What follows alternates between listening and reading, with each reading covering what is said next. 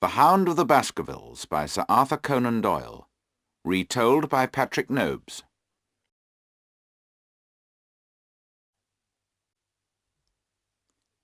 Chapter 1. The Case Begins.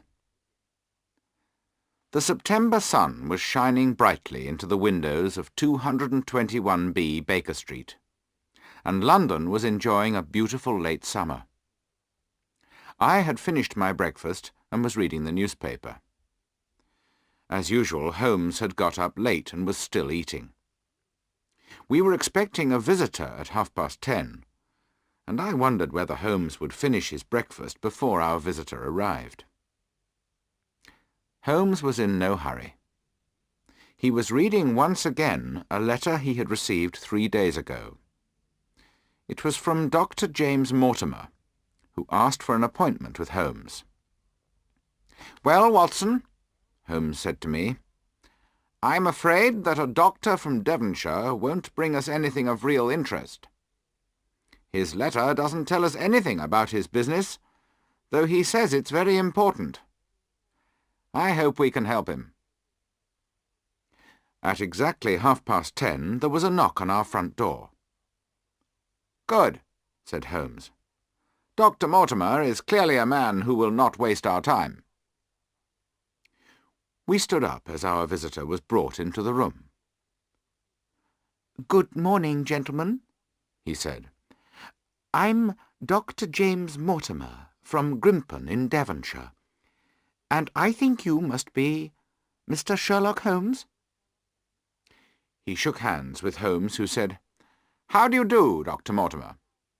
May I introduce my good friend Dr. John Watson, who helps me with my cases? I hope you will allow him to listen to our conversation."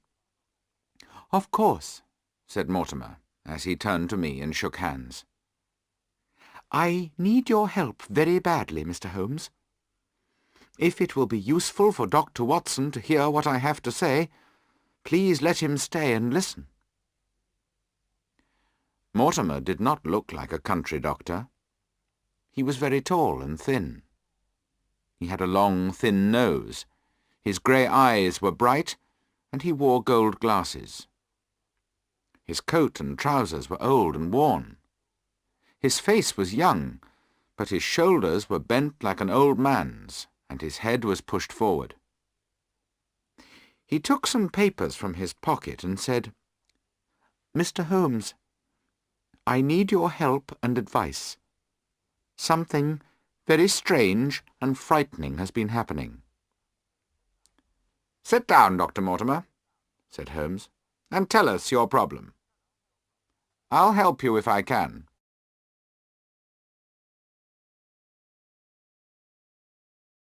Chapter 2. The Baskerville Papers.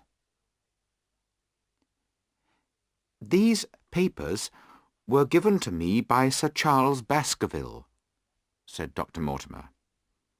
"He asked me to take good care of them. You may remember that Sir Charles died suddenly 3 months ago. His death caused much excitement in Devonshire, the county where Baskerville Hall is. Sir Charles was a sensible man, but he believed the story which is told in these papers." Dr. Mortimer went on. "The story is about the Baskerville family. I have come to see you because I need your help. I think that something terrible is going to happen in the next 24 hours. But you can't help me unless you know the story in these papers. May I read them to you?" "Please continue, Dr. Mortimer," said Holmes, and sat back in his chair with his eyes shut. Mortimer began to read in his high, rather strange voice. "I, William Baskerville, write this for my sons in the year 1742. My father told me about the Hound of the Baskervilles.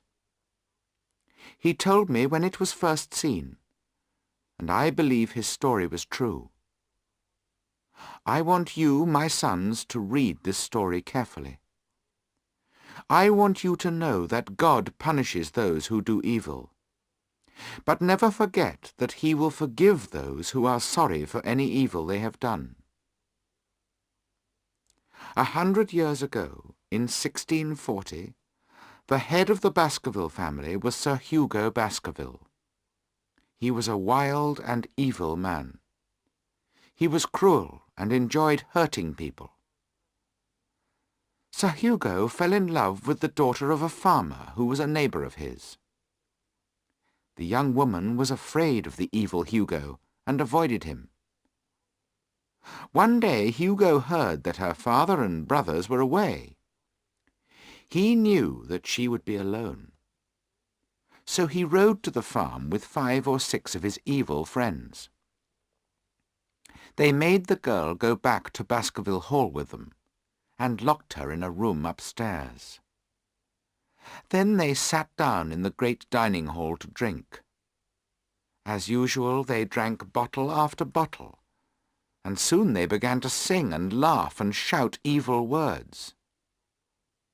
The girl upstairs, who was already very frightened, felt desperate when she heard the terrible things they were shouting. So she did a very brave thing. She opened the window, climbed out of the room and down the ivy on the wall. Then she started to run across the moor towards her home. A little while later, Hugo left his friends and went upstairs to the room to take her some food and drink. When he found an open window and an empty room, he behaved like a man who was mad.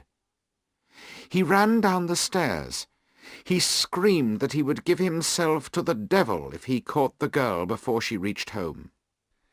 Some of Hugo's drunken friends told him to let the hounds chase her, and so he ran from the house and unlocked the dogs. Then he jumped onto his black horse and rode off over the moor with the hounds running and crying around him. Hugo's friends fetched their horses and followed him.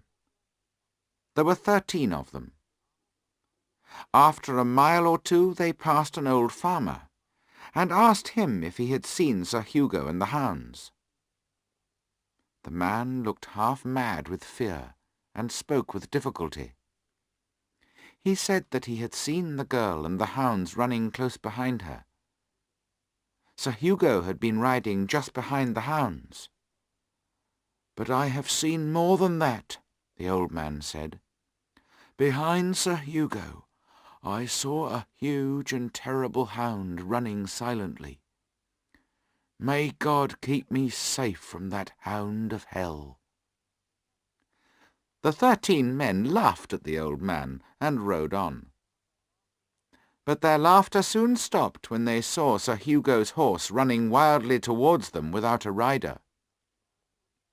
The 13 men moved closer together as they rode on. They were suddenly afraid. Over the moor they went, until at last they caught up with the hounds. Everyone in the county knew that the Baskerville hounds were brave and strong. But now they were standing at the head of a deep valley in the moor with their ears and tails down. They were very frightened.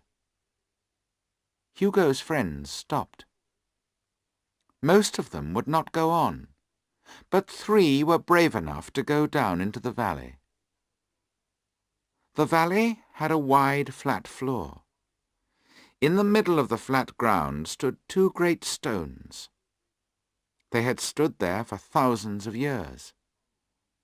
The moon was shining brightly on the great stones, and between them on the flat ground lay the girl. She had fallen there, dead of fear and exhaustion. Sir Hugo's body was lying near her.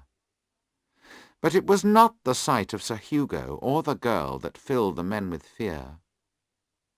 It was the sight of the huge animal that was standing over Sir Hugo. Its teeth were at his throat. It was a great black creature that looked like a hound, but it was larger than any hound they had ever seen.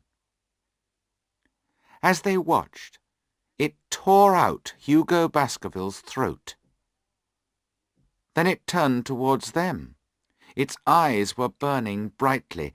Its body shone with a strange light. Blood ran from its mouth. The men screamed and kicked their horses. They rode back up the valley as fast as they could go.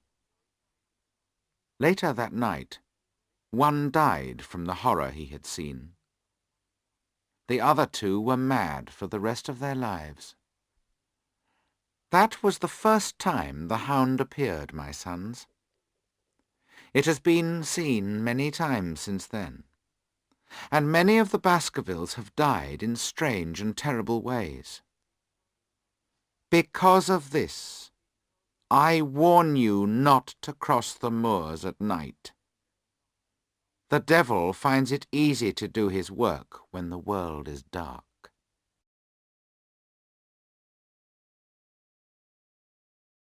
Chapter 3. How Sir Charles Died. When Dr. Mortimer had finished reading this strange story, he looked across at Sherlock Holmes. Holmes looked bored. "Did you find the story interesting?" asked Dr. Mortimer. "It may interest a collector of stories to frighten children," said Holmes. Dr. Mortimer took a newspaper from another pocket. "Now, Mr. Holmes, let me read you something which was written only 3 months ago. It is from the Devonshire County newspaper, and it is about the death of Sir Charles Baskerville." Holmes looked more interested. Dr. Mortimer began to read. "The sudden death of Sir Charles Baskerville has caused great sadness in the county. Although he had lived at Baskerville Hall for only 2 years, everyone liked him. Sir Charles had lived abroad and made his money there. He came back to spend his fortune on repairing Baskerville Hall and its farms and villages, as the buildings and lands were in very poor condition. He was a friendly and generous man who gave freely to the poor. The official report of his death does not explain everything that happened. However, it does show that there was no question of murder. Sir Charles died from natural causes, and the strange stories people are telling about his death are not true. His friend and doctor, Dr. James Mortimer, said that Sir Charles's heart had been weak for some time. The facts are simple. Every night before going to bed, Sir Charles went for a walk in the gardens of Baskerville Hall. His favourite walk was down a path between 2 hedges of yew trees, the famous yew alley of Baskerville Hall. On the night of the 4th of June, he went out for his walk to think and to smoke his usual cigar. Sir Charles was going to London on the next day, and Barrymore, his butler, was packing his suitcases. By midnight, Barrymore was worried that Sir Charles had not returned, so he went to look for him. He found the door of the hall open. The day had been rainy and wet, so Barrymore saw the prints left by Sir Charles's shoes as he had walked down the alley. Halfway down the alley is a gate which leads to the moor. There were signs that Sir Charles had stood there for some time. Barrymore followed the footprints to the far end of the alley, and there he found Sir Charles's body. Barrymore reported something interesting about the footprints. He said that they changed between the moor gate and the end of the alley. As far as the moor gate, there was a whole footprint for each of Sir Charles's steps. After he passed the gate, only toe prints could be seen. Barrymore thought Sir Charles had walked on his toes. A man called Murphy, who buys and sells horses, was not far away at the time of Sir Charles's death. He had been drinking a lot of beer, but he says he heard cries. He's not sure where they came from. Dr. Mortimer was called to look at Sir Charles's body. There were no signs that Sir Charles had been murdered, but Dr. Mortimer did not recognize his friend's face. The whole shape of it was changed. However, this often happens with deaths which are caused by weak hearts. When Dr. Mortimer looked at the body, he found that this was in fact what had happened. Sir Charles's weak heart had failed, and this had caused his death. Everyone hopes that the new head of the Baskerville family will move quickly into the hall. Sir Charles's good work must go on. The new head of the Baskerville family will be Sir Henry Baskerville, if he is still alive and if the lawyers can find him. He is the son of Sir Charles Baskerville's younger brother, who died some years ago. The young man has been living in the USA. The Baskerville lawyers are trying to contact him to tell him about his good fortune. Dr. Mortimer put the newspaper back into his pocket. Those are the official facts about the death of Sir Charles. They are the facts that everyone knows, Mr. Holmes, he said. Thank you for informing me about this interesting case, Holmes said. I read about it at the time, but I heard none of the details. The newspaper gives the facts that everybody knows. Now, I want you to tell me all the other facts that you know. What do you know about the strange stories? I haven't told anyone these other facts, said Dr. Mortimer. I am a man of science, as you know. I have always believed that there are sensible explanations for everything. I didn't want to say anything that could stop Sir Henry from coming to live at the Hall. But I will tell you the details that were not in the report. In the months before his death, Dr. Mortimer went on, Sir Charles was a very worried man. He was near to breaking down. He believed the story of the Hound of the Baskervilles. He refused to go out at night. He often asked me whether I had seen any strange animal or heard the cry of a hound on the moor at night. He always got very excited when he asked this question. I remember driving up to the Hall one evening about 3 weeks before he died. He was standing at the door. I went up to him and saw him staring at something behind me. There was a look of horror on his face. I turned quickly and saw something moving between the trees. It looked like a small black cow. He was so frightened that I went to look for the animal. It had disappeared, but Sir Charles was very worried. I stayed with him all the evening. It was then he gave me the old papers I have read to you. What I saw that evening may be important when you consider what happened on the night of his death. When Barrymore, the butler, found Sir Charles's body, he sent someone to fetch me. I checked all the facts. I have just read them to you, and they are all true. But Barrymore said one thing that was not true. He said that there were no other prints on the ground around the body. He did not notice any, but I did. They were not close to the body, but they were fresh and clear. "Footprints?" asked Holmes. "Yes, footprints," said Mortimer. "A man's or a woman's?" asked Holmes. Dr. Mortimer looked at us strangely for a moment. His voice became a whisper as he answered. "Mr. Holmes, they were the footprints of a huge hound."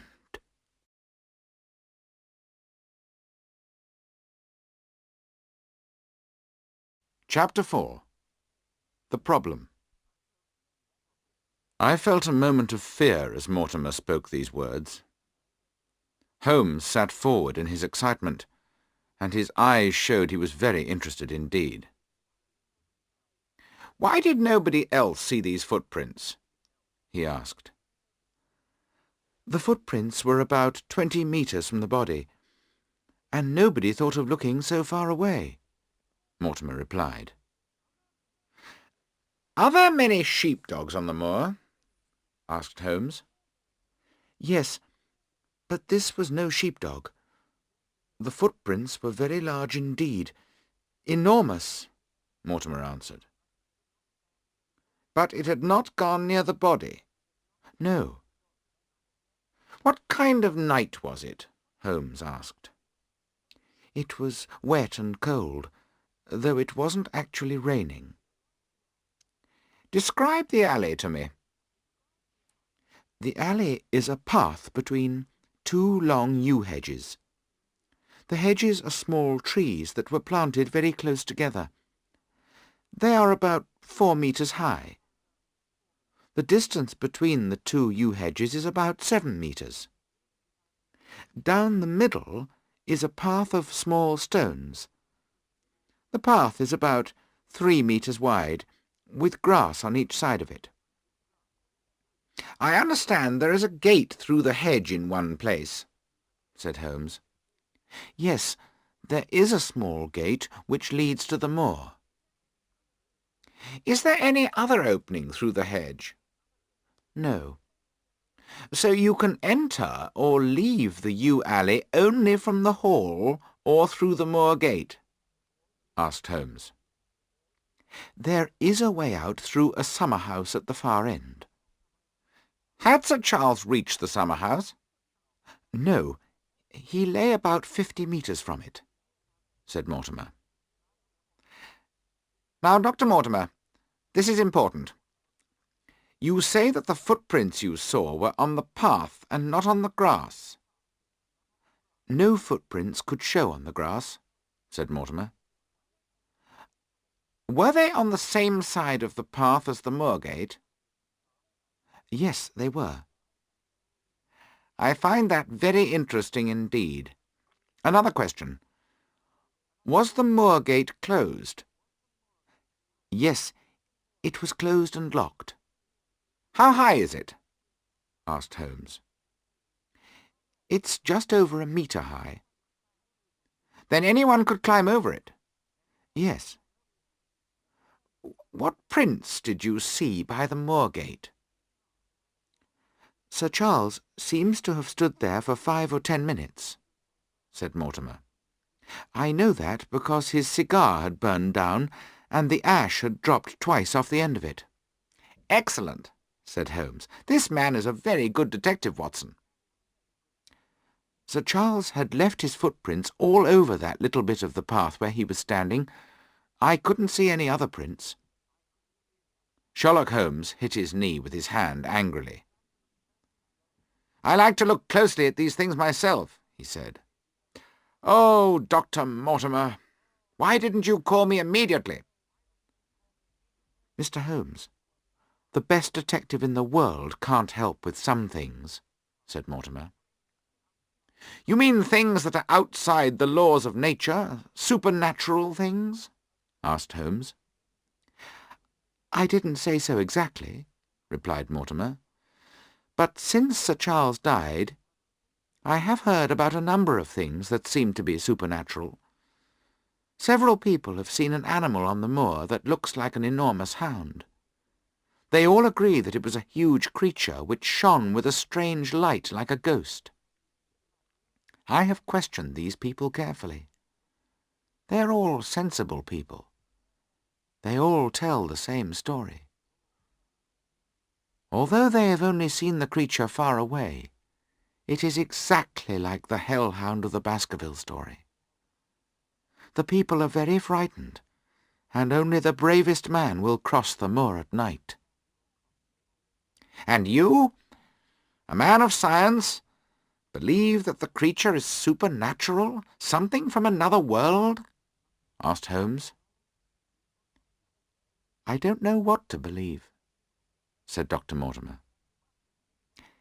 "But you must agree that the footprints were made by a living creature, not a ghost."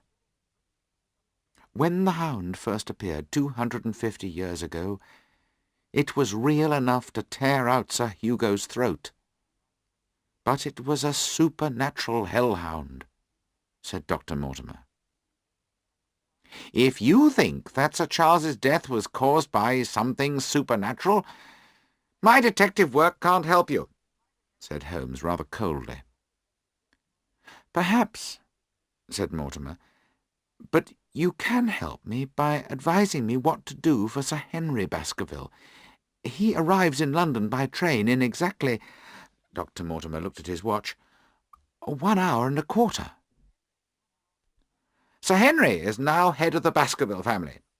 asked Holmes. "Yes," said Dr. Mortimer. "He is the last of the Baskervilles. The family lawyers contacted him in the USA. He has come to England immediately by ship. He landed this morning. Now, Mr. Holmes, what do you advise me to do with him?" "Why should he not go to the family home?" asked Holmes. "Because so many Baskervilles who go there die horrible deaths. But Sir Charles's good work must go on. If it doesn't, all the people on the Baskerville lands will be much poorer. If the Baskerville family leaves the Hall, that is what will happen. I don't know what to do. That is why I came to you for advice." Holmes thought for a little while. Then he said, "You think it's too dangerous for any Baskerville to live at the Hall because of this supernatural hellhound. Well, I think you should go and meet Sir Henry Baskerville. Say nothing to him about this. I shall give you my advice in 24 hours. At 10 o'clock tomorrow morning, Dr. Mortimer, I would like you to bring Sir Henry Baskerville here." Dr. Mortimer got up from his chair. As he was leaving the room, Holmes said, "One more question, Dr. Mortimer. You said that before Sir Charles's death, several people saw this strange creature on the moor." "3 people did," said Mortimer. "Did anyone see it after the death?" "I haven't heard of anyone." "Thank you, Dr. Mortimer. Good morning." After Mortimer had left us, Holmes sat down in his chair. He looked pleased. He always looked pleased when a case interested him. I knew that he needed to be alone to think about all that he had heard. I went out for the day, and came back to find the room full of thick smoke from Holmes's pipe. "What do you think of this case?" I asked him. "It's hard to say. Take, for example, the change in the footprints. Did Sir Charles walk on his toes down the alley? Only a stupid person is likely to believe that. The truth is he was running for his life. He ran until his heart stopped and he fell dead." "What was he running from?" I asked. "That is the difficult question," said Holmes. "I think he was mad with fear before he began to run. He didn't know what he was doing. That explains why he ran away from the house instead of towards it. He was running away from help. The next question. Who was he waiting for that night? And why was he waiting in the yew alley and not in the house?" "You think he was waiting for someone?" "Sir Charles was old and unwell. We can understand why he took a walk each evening. But why did he stand in the cold on wet ground for 5 or 10 minutes? Dr. Mortimer cleverly noted the cigar ash, so we know how long Sir Charles stood there. We know that he kept away from the moor, so it's unlikely that he waited at the moor gate every evening. I am beginning to understand some things, Watson. But I'll think no more about it until we meet Dr. Mortimer and Sir Henry Baskerville in the morning. Please give me my violin." And Holmes began to play his violin. He had done all the thinking he could. Now he needed more details of the case to help him.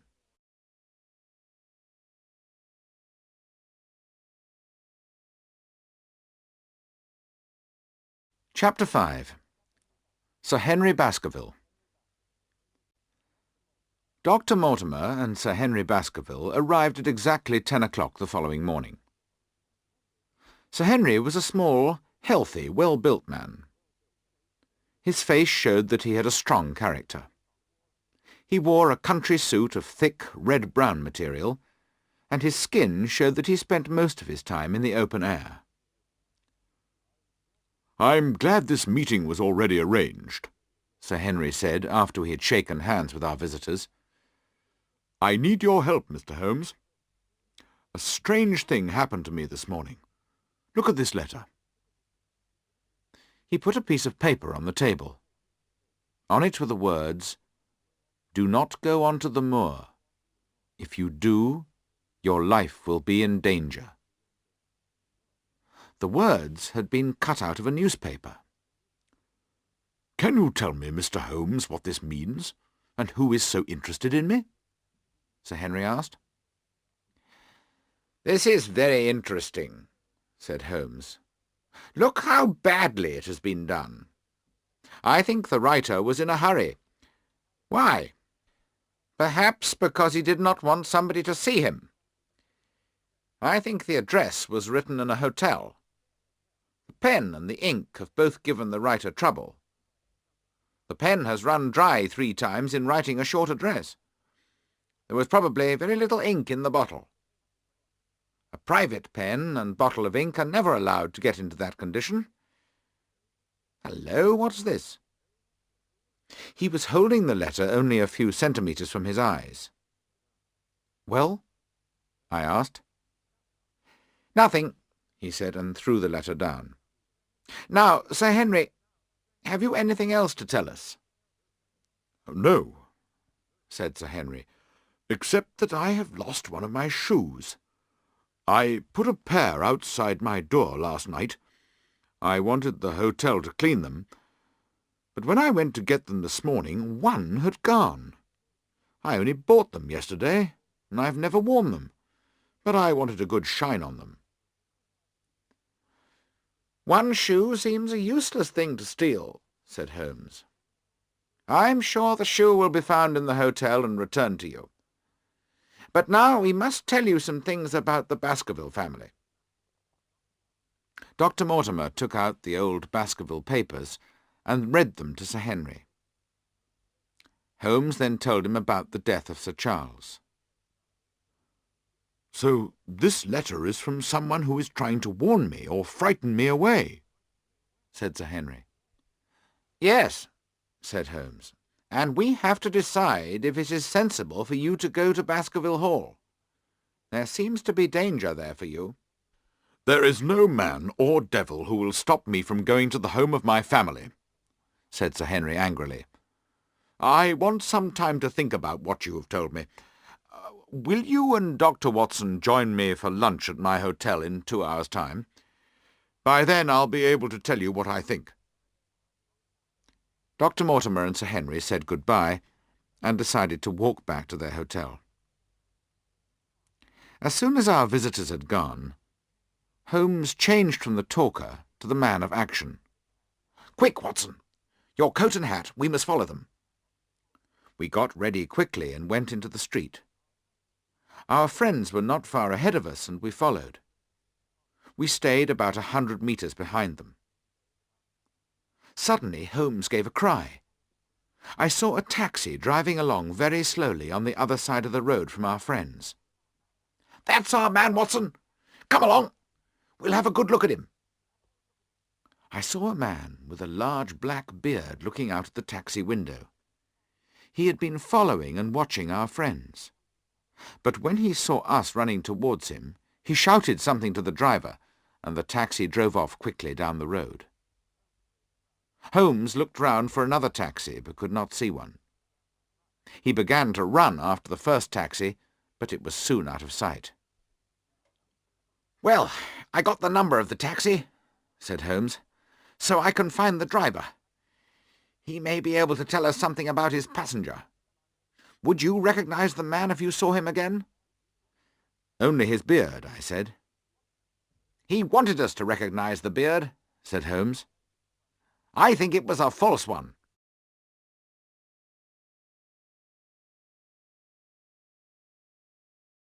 Chapter 6. More Mystery. Later we went on to Sir Henry's hotel.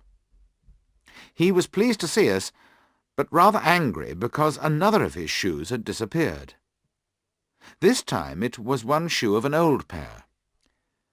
I could see that Holmes found this both interesting and strange. He thought about it for a few moments, but said nothing, except that he did not understand why a second shoe had been stolen. At lunch, Sir Henry told Holmes that he had decided to go to Baskerville Hall. "I think you have decided to do the right thing," said Holmes. "I know somebody is following you. If someone tries to harm you in London, it will be hard to stop him or catch him afterwards. In the country we have a better chance." Holmes went on to tell them about what we had seen that morning. Then he asked Dr. Mortimer if anyone with a large black beard lived in or near Baskerville Hall. "Yes," said Dr. Mortimer. "Barrymore, Sir Charles's butler, has a black beard." "We must check whether Barrymore is in London or at Baskerville Hall," said Holmes. "I shall send a telegram to Barrymore at the Hall, which will say, 'Is everything ready for Sir Henry?' Then I'll send another telegram to the local post office. This one will say, 'Please put telegram to Mr. Barrymore into his own hand. If he is away, please return telegram to Sir Henry Baskerville.' I'll give your address at this hotel. We shall know before evening whether Barrymore is in Devonshire or not." "Barrymore and his wife have a very fine home and nothing to do while the family is not living in the Hall," said Sir Henry. "That's true," said Holmes. "Did the Barrymores receive anything from Sir Charles's will? And did they know that they would get some money when he died?" "Yes," said Dr. Mortimer. "They each received £500, and Sir Charles told everyone what he had written in his will." "That's very interesting," said Holmes. "I hope you don't suspect everyone who got something from the will," said Dr. Mortimer. "I received £1,000. "Indeed," said Holmes. "And who else received money?" "A lot of people received a little money. He gave a lot of money to a number of hospitals. The rest all went to Sir Henry, who received £740,000. "I had no idea it was so much," said Holmes in surprise. "The Baskerville lands are worth about £1,000,000, Dr. Mortimer said. "Dear me," said Holmes. "A man could kill for that much. One more question. If something happened to our young friend here, who would get Baskerville Hall and all its lands?" "Well, as you know, Sir Charles had 2 brothers. Sir Henry is the only son of Sir Charles's younger brother. The youngest brother of the 3, Roger, was a criminal. The police wanted him, so he had to leave England. They say he looked exactly like the family picture of old Sir Hugo, who first saw the Hound. He was the same kind of man, too. He went to South America, where he died of a fever. So, if Sir Henry died, Baskerville Hall would go to James Desmond, who is a cousin of the Baskervilles. James Desmond is an old man who lives in the north of England. His life is very simple, and he would not want to be rich." "Thank you, Dr. Mortimer," said Holmes. "Now, Sir Henry, I agree that you should go to Baskerville Hall as quickly as possible. But you must not go alone. I myself cannot leave London at the present time. I'm working on another case. I'm trying to save one of the most important men in England from a difficult situation. I hope my friend Watson will go with you. If there is danger, you could not have a better man by your side. Sir Henry and I were both very happy with this idea, so we arranged to travel to Devonshire on the following Saturday. Just as we were leaving Sir Henry's room, he gave a cry and got down on his knees by the table. "Here's my brown shoe that was lost," he said, reaching under the table. "That's very strange," said Dr. Mortimer. "We both searched the room before lunch, and it wasn't under the table then." None of the people who worked at the hotel could explain how the shoe had got back into the room. So we had another mystery. On the way back to Baker Street in the taxi, Holmes sat thinking deeply. All through the afternoon and the evening he went on thinking silently and smoking pipe after pipe. Just before dinner, a telegram arrived. It was from Sir Henry and said, "Have just heard that Barrymore is at the Hall." "So we don't have the answer to the mystery of the man with the beard," said Holmes. "But perhaps we shall soon have an answer to another question." At that moment the doorbell rang. It was the driver of the bearded man's taxi. "I got a message that you wanted to see me," said the driver. "I hope there's nothing wrong." "No, no, my good man," said Holmes. "In fact, I'll give you some money if you can answer my questions clearly. Tell me all about the man in your taxi this morning. He was watching this house at 10 o'clock, and then told you to follow the two gentlemen who came out of it." The taxi driver was surprised at how much Holmes seemed to know. He answered, "The man told me that he was a detective, and that I should say nothing about him to anyone." "This is a serious business," said Holmes, "and you will be in trouble if you try to hide anything. What can you tell me?" "The man told me his name," said the driver. Holmes looked like a man who has just won an important game. "That was not very clever of him," he said. "What was his name?" "His name," said the taxi driver, "was Sherlock Holmes." I have never seen my friend look more surprised. Then he laughed loudly. "Tell me where he got into your taxi and everything that happened." We already knew most of what the taxi driver told us. But we learned that after we had lost sight of the taxi, it had gone to Waterloo Station, where the man had caught his train. The taxi driver said that the man was well dressed and had a black beard and pale face. He was about 40 and not very tall. The driver did not know the colour of the man's eyes. Holmes gave the man £1 and sent him away. Then he said, "We have a very clever enemy, Watson. He is winning the game at the moment. We have no answers at all to the strange things that have happened in London. I hope you are more successful at Baskerville Hall, but I am not happy about sending you there. There is too much danger in this case." Chapter 7. Baskerville Hall. Holmes came to Waterloo Station to say good-bye to us. Our friends told him that they were sure nobody had followed them since our last meeting. Sir Henry's other shoe had not reappeared. Holmes repeated his warning that Sir Henry should not go on the moor at night, and should not go anywhere alone.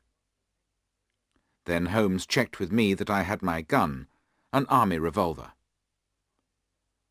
The journey was fast and enjoyable. We were met at Newtown Station and driven to Baskerville Hall. The countryside we drove through was beautiful, but behind it we could see the long, dark, frightening hills of the moor. As we turned a corner, we were surprised to see a soldier on horseback. He was carrying a gun. Dr. Mortimer asked our driver why the soldier was there. "A dangerous criminal has escaped from the prison, sir," he told us. "He's been free for 3 days now, and people are frightened. His name is Selden. He's the man who did that murder in London." I remembered the case well. It had been a very cruel murder. I thought of this killer out on the empty, wild moor, and I felt more and more uncomfortable about my surroundings. The beautiful green fields with their thick hedges were behind us, and we were now on the cold, open moor. Everything was grey, hard and wild. Huge rough stones stood on the hard ground.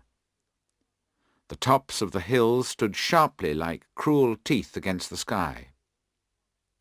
A cold wind was blowing, and night was falling.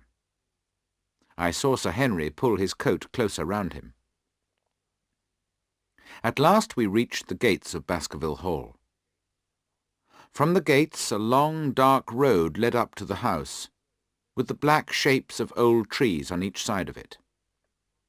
At the end of this road we could see the great house standing with a pale light round it like a ghost. "I can understand why my uncle felt that trouble was coming to him here. It's not a welcoming place," said Sir Henry, and his voice shook as he spoke. As we got closer, we could see that the hall was a heavy, dark building with a large main entrance. Most of the building was old and was covered in dark green ivy, but some of it had been built more recently and was of grim black stone.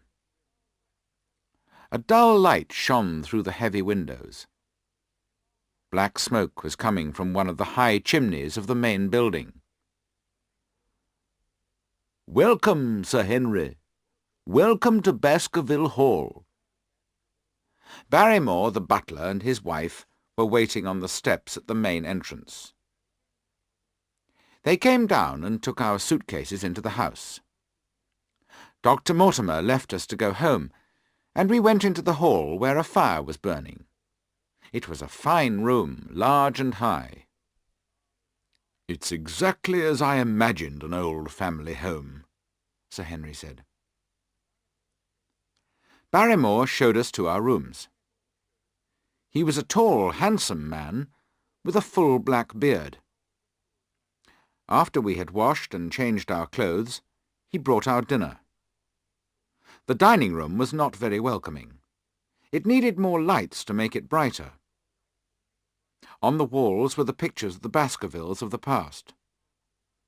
They looked down on us silently, and did nothing to make us feel happier. After dinner we went to our rooms.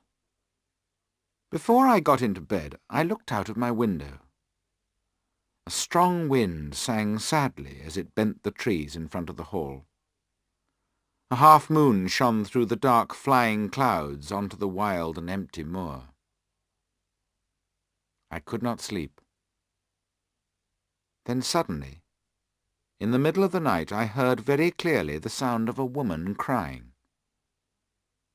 It was the crying of a person who was hurt by some deep sadness.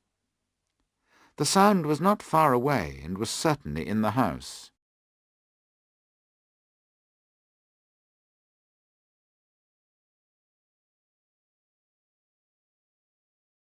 Chapter 8. The Stapletons of Pen House.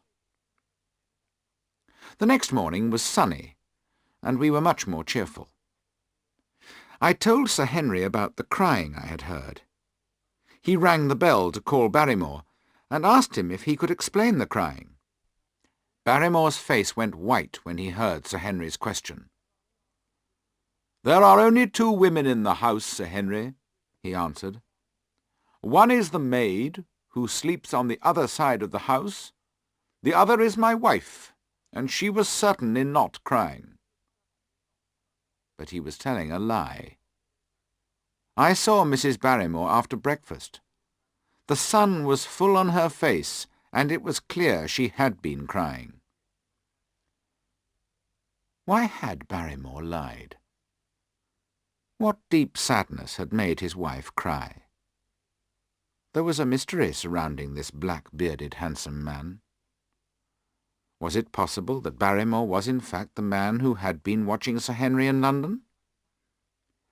I decided I must check with the local post office that the telegram had really been put into Barrymore's own hands. While Sir Henry worked at some papers, I walked to the post office. It was in the nearest village, which was called Grimpen. I spoke to the boy who had taken the telegram to the hall. "Did you give it to Mr. Barrymore himself?" I asked.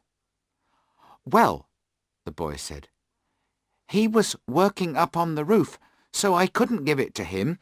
I gave it to Mrs. Barrymore, and she promised to give it to him at once." "Did you see Mr. Barrymore?" I asked him. "No," said the boy. "But why did his wife say he was up on the roof if he wasn't?" It was hopeless to ask any more questions. It was clear that Holmes's cleverness with a telegram had not given us the proof we needed. I was walking away from the post office when I heard someone running after me. A voice called me by name, and I turned. I expected to see Dr. Mortimer, as I knew nobody else in the village. To my surprise, it was a stranger. He was a small, thin man between 30 and 40 years old, with fair hair and no beard. He was carrying a butterfly net and a box for putting butterflies in. "I hope you will excuse me for introducing myself, Dr. Watson," he said as he came up to me. "My name is Stapleton. I was in Dr. Mortimer's house and we saw you. He told me who you are. May I walk along with you? This path back to the hall goes near my home, Pen House. Please come in and meet my sister, and spend an hour with us." I accepted Stapleton's invitation, and we walked together. "I know that you are a close friend of Sherlock Holmes," said Stapleton. "Has Mr. Holmes any ideas about Sir Charles's death?" "I'm afraid I can't answer that question," I said. "Will Mr. Holmes visit us himself?" he asked. "He can't leave London at the moment," I answered. I was rather surprised that he was asking me these questions. We walked on. Stapleton told me that he and his sister had lived in Devonshire for only 2 years. They had moved there soon after Sir Charles had begun to live in Baskerville Hall. He also talked about the moor and how it interested him. He told me to look across the moor to a place which was a bright green colour. "That is the Great Grimpen Marsh," he said.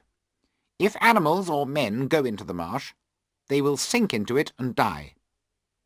But I can find my way to the very centre of it. Look, there is another of those poor horses." Something brown was fighting to get out of the bright green of the marsh. Then a terrible cry came across the moor. The horse's head and neck disappeared under the green. "It's gone," Stapleton said. "The marsh has caught and killed it. That often happens. It is an evil place, the Great Grimpen Marsh." "But you say you can go safely in and out of it," I asked him. "Yes, there are a few paths, and I have found them. The low hills you can see are like islands surrounded by the marsh. That is where I can find the unusual plants and butterflies. And that's why I found my way through the marsh." "I shall try my luck one day," I said. He looked at me in surprise. "Please don't try," he said. "You would never return alive, and it would be my fault."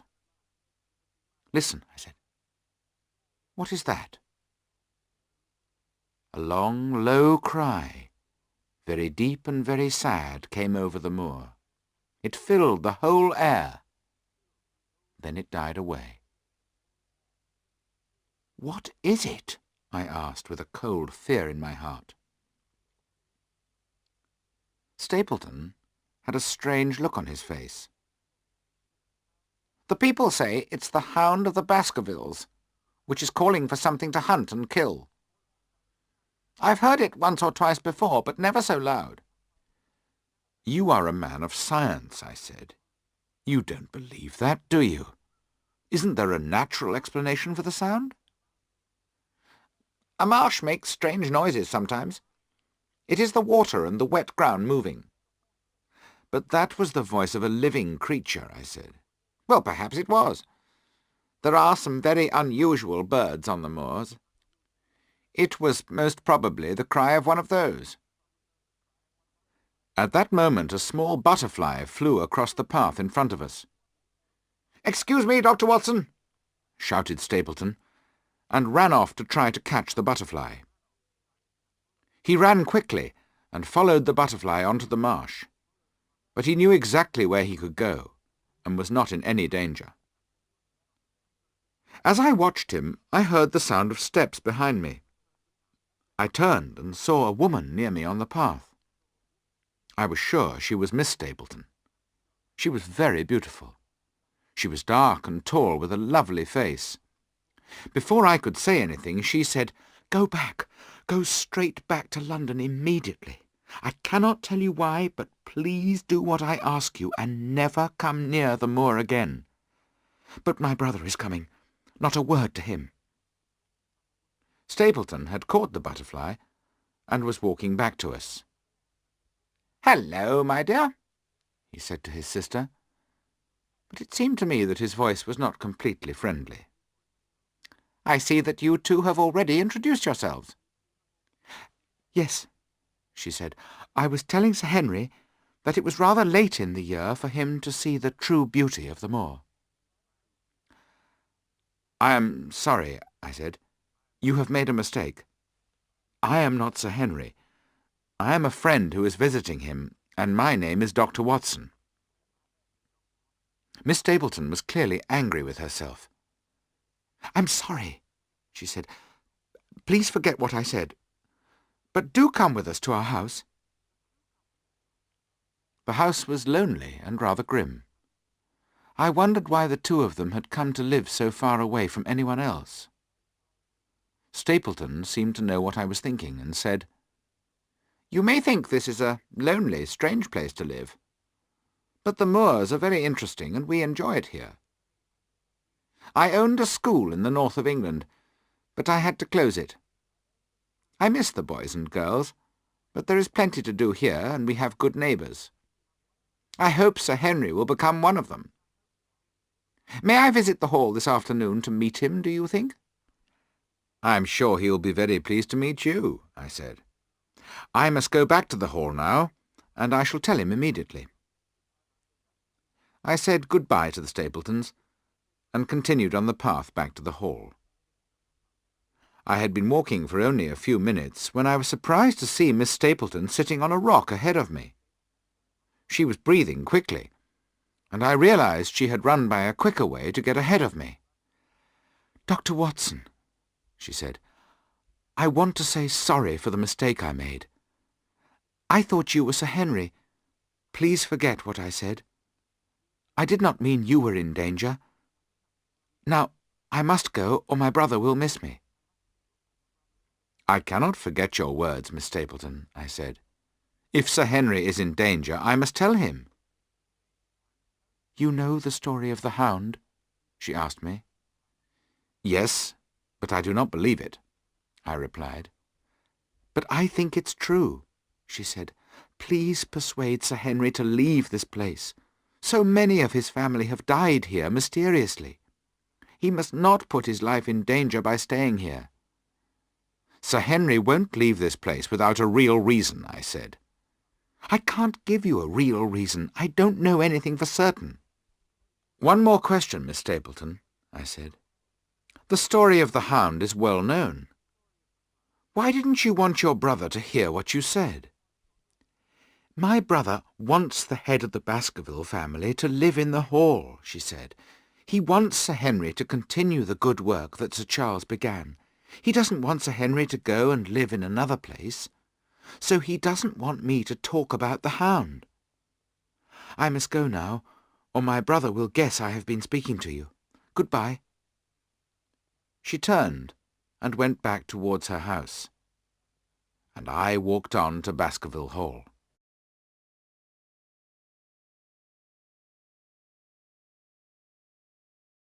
Chapter 9. The Escaped Prisoner. Mr. Stapleton came to the hall and met Sir Henry that same afternoon.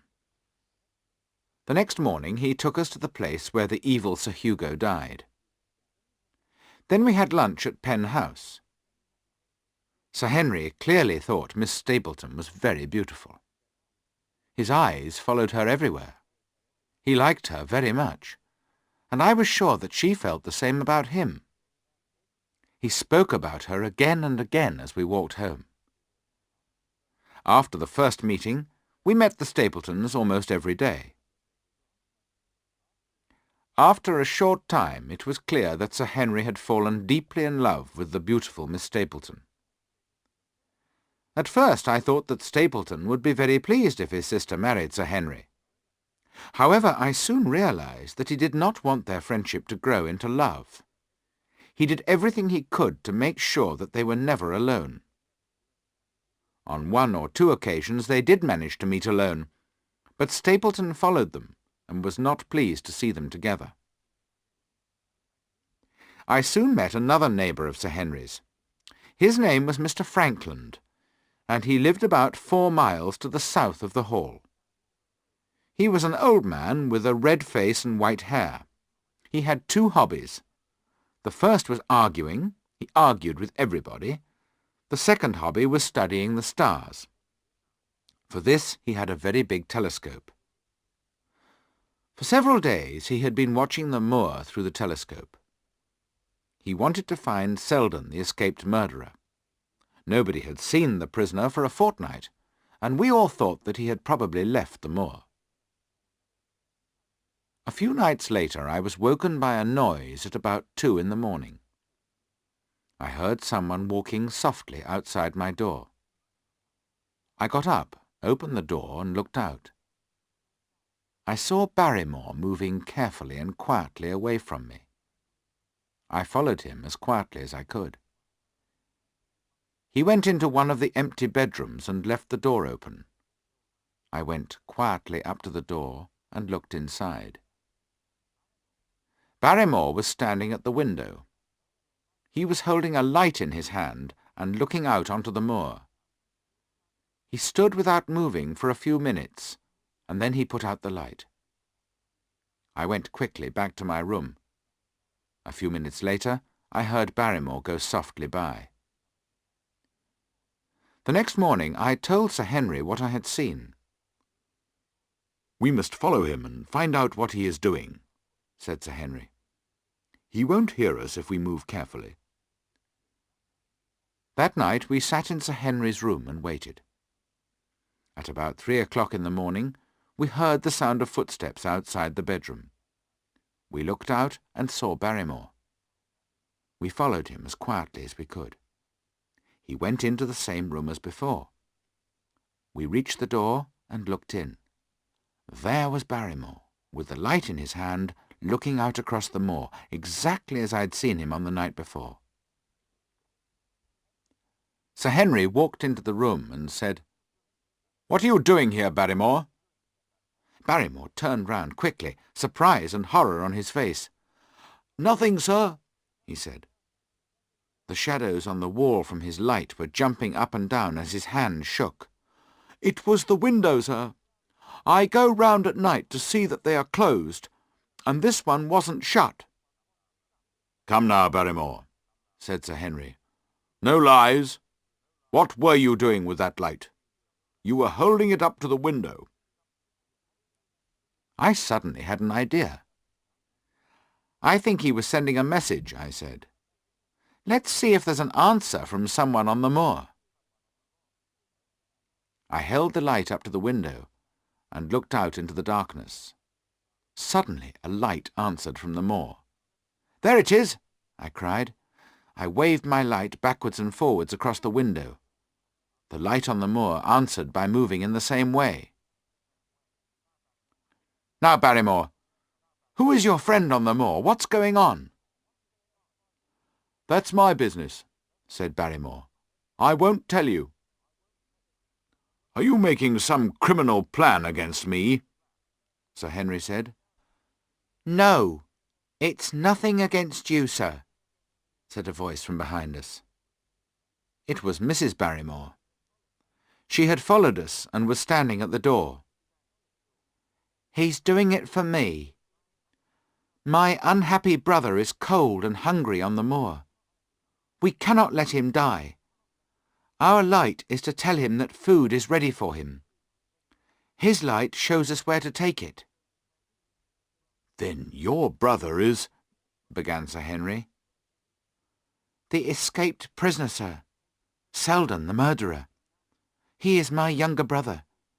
He has done evil things, but to me he is still the little boy I loved and cared for. I had to help him. Everything my husband has done has been for me. Please don't take his job from him. It's not his fault." Sir Henry turned to Barrymore and said, "I cannot blame you for helping your wife. Go to bed, and we'll talk about this in the morning." The Barrymores left us.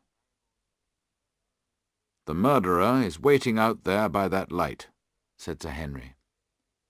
"He's a danger to everyone. I'm going to catch him. If you want to come with me, Watson, fetch your revolver, and let's go." We left the hall immediately. "We must surprise him and catch him," said Sir Henry. "He's a dangerous man. Now, Watson, what would Holmes say about this? Do you remember what the old papers said? They said the devil does his work when the world is dark." Just as he spoke there came a strange cry from across the moor. It was the same cry I had heard when I was with Stapleton on the edge of the great Grimpen Marsh. "What is that noise?" asked Sir Henry. He stopped and put his hand on my arm to hold me back. "I've heard it before," I said. "Stapleton says it's the cry of a bird." "Watson," said Sir Henry, his voice shaking, "it is the cry of a hound. What do the local people say it is?" "They say it is the cry of the Hound of the Baskervilles," I replied. "Can there possibly be some truth in the story?" said Sir Henry. "Am I really in danger from such an evil thing? I think I am as brave as most men, but that sound froze my blood. But we have come out to catch that prisoner, and the devil himself will not make me turn back." It was difficult to cross the moor in the dark, but at last we reached the light. It was standing on a rock. Suddenly an evil face, more like an animal than a man, looked at us from behind the rock. The escaped prisoner saw us and screamed as he turned to run. Sir Henry and I were both good runners and very healthy men, but we soon realized that we had no chance of catching Selden. He knew the way and was running for his life. Soon we had lost him in the dark, so we stopped and sat down, breathing heavily, to rest. At that moment, a very strange thing happened. The moon was low upon our right, and in its light we could see the top of a hill. On that hill, with the moon behind him, stood a tall, thin man. He was standing perfectly still. He was watching us. It was not Selden, who had been running away from that hill. This man was much taller. With a cry of surprise, I turned to Sir Henry. As I turned, the man disappeared. I wanted to go across to the hill and search for him, but we were tired, and I remembered that Sir Henry might be in danger. So we went back to Baskerville Hall. Who was the tall man I had seen standing against the moon? Was he an enemy or a friend who was watching over us? I wished more and more that Holmes could leave London and come to Baskerville Hall. I wrote to him every few days and gave him the details of everything that happened and everyone I met.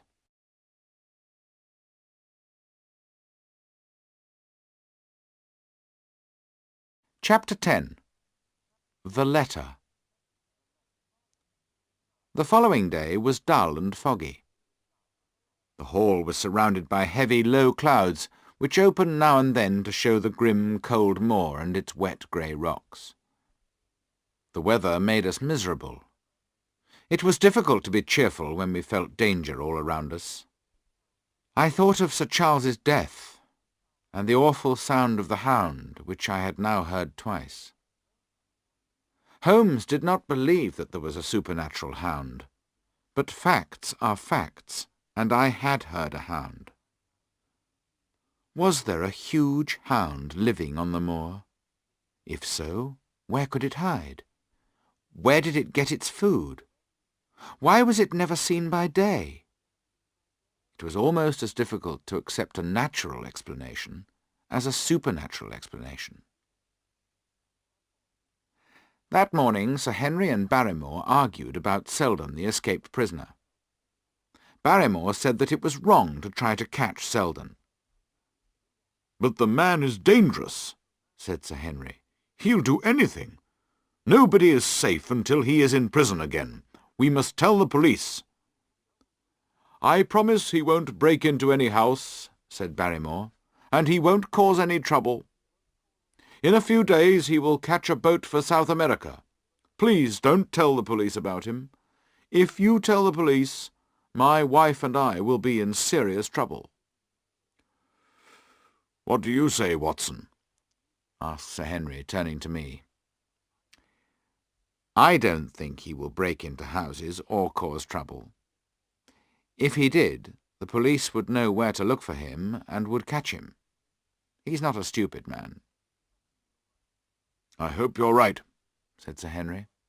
"I'm sure we're breaking the law. But I don't want to get Barrymore and his wife into trouble, so I shall not tell the police. I shall leave Selden in peace." Barrymore could not find the words to thank Sir Henry enough. Then he said, "You have been so kind to us that I want to do something for you in return. I have never told anyone else. I know something more about poor Sir Charles's death." Sir Henry and I jumped up at once. "Do you know how he died?" Sir Henry asked. "No, sir, I don't know that. But I know why he was waiting at the gate. He was going to meet a woman." Sir Charles was meeting a woman? Who was the woman? "I don't know her name," Barrymore said, "but it begins with L.L. "How do you know this, Barrymore?" I asked. "Well, Sir Charles got a letter on the morning of the day he died. It was from Newtown, and the address was in a woman's writing. I forgot all about it, but some time after Sir Charles died, my wife was cleaning the fireplace in his study. She found a letter.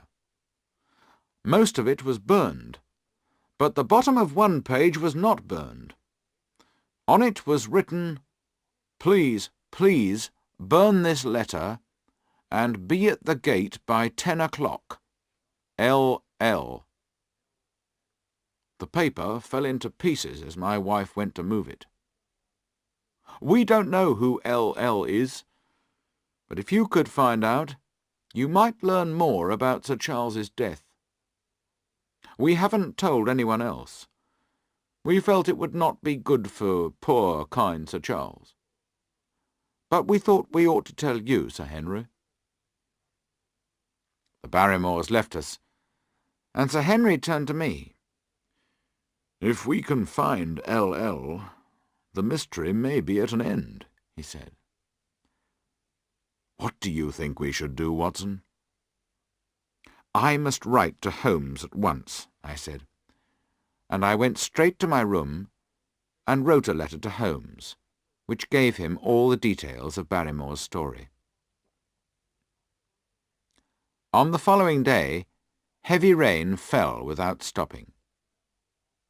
I put on my coat and went for a long walk on the moor.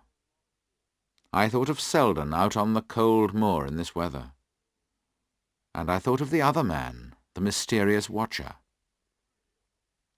As I walked, Dr. Mortimer drove past me. He stopped and said he would take me back to the hall. "I expect you know almost everybody living near here," I said.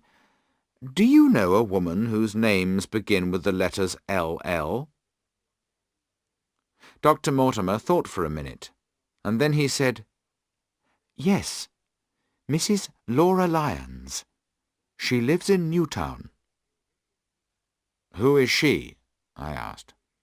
"She's Mr. Franklin's daughter." "What, old Franklin who has the large telescope?" "Yes," said Dr. Mortimer. "Laura married a painter called Lyons, who came to paint pictures of the moor.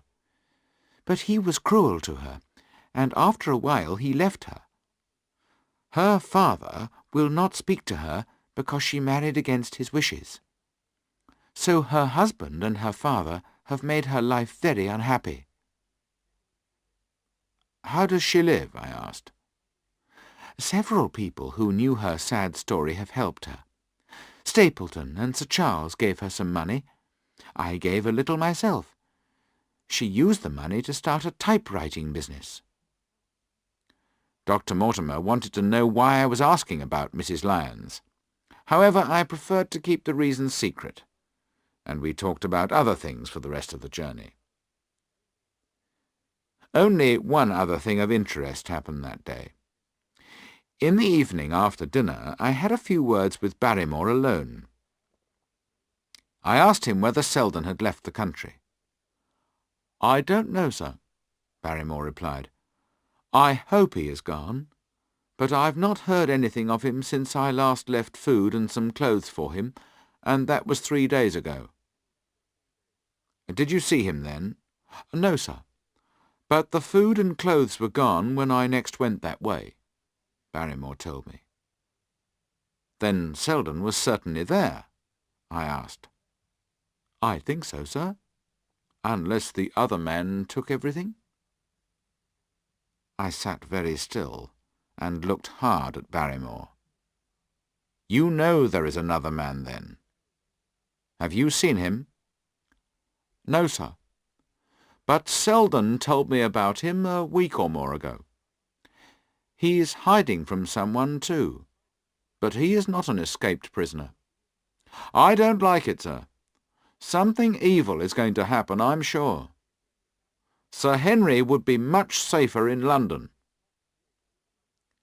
"Did Selden tell you anything more about the other man?" I asked. "He looked like a gentleman. He was living in one of the old stone huts on the moor. A boy works for him and brings him all the food and things he needs. That's all Selden told me." I thanked him, and he left me. I went to the window and looked out at the rain and the clouds. It was a wild night. I knew the huts Barrymore had spoken about. There were many of them on the moor. They had been built many hundreds of years ago by the people who lived on the moor. They would not keep a man warm and dry in bad weather. Selden could not choose to live anywhere else. But why did the other man live in such conditions? I sat and thought what I should do next. I decided I must try to find the man who had been watching us. Was he the enemy who had been following us since the very beginning in London? If he was, and I could catch him, perhaps our difficulties would be at an end. I also decided to hunt the man on my own. Sir Henry was still shaken by the terrible cry we had heard on the moor. I did not want to add to his troubles, or to lead him into more danger.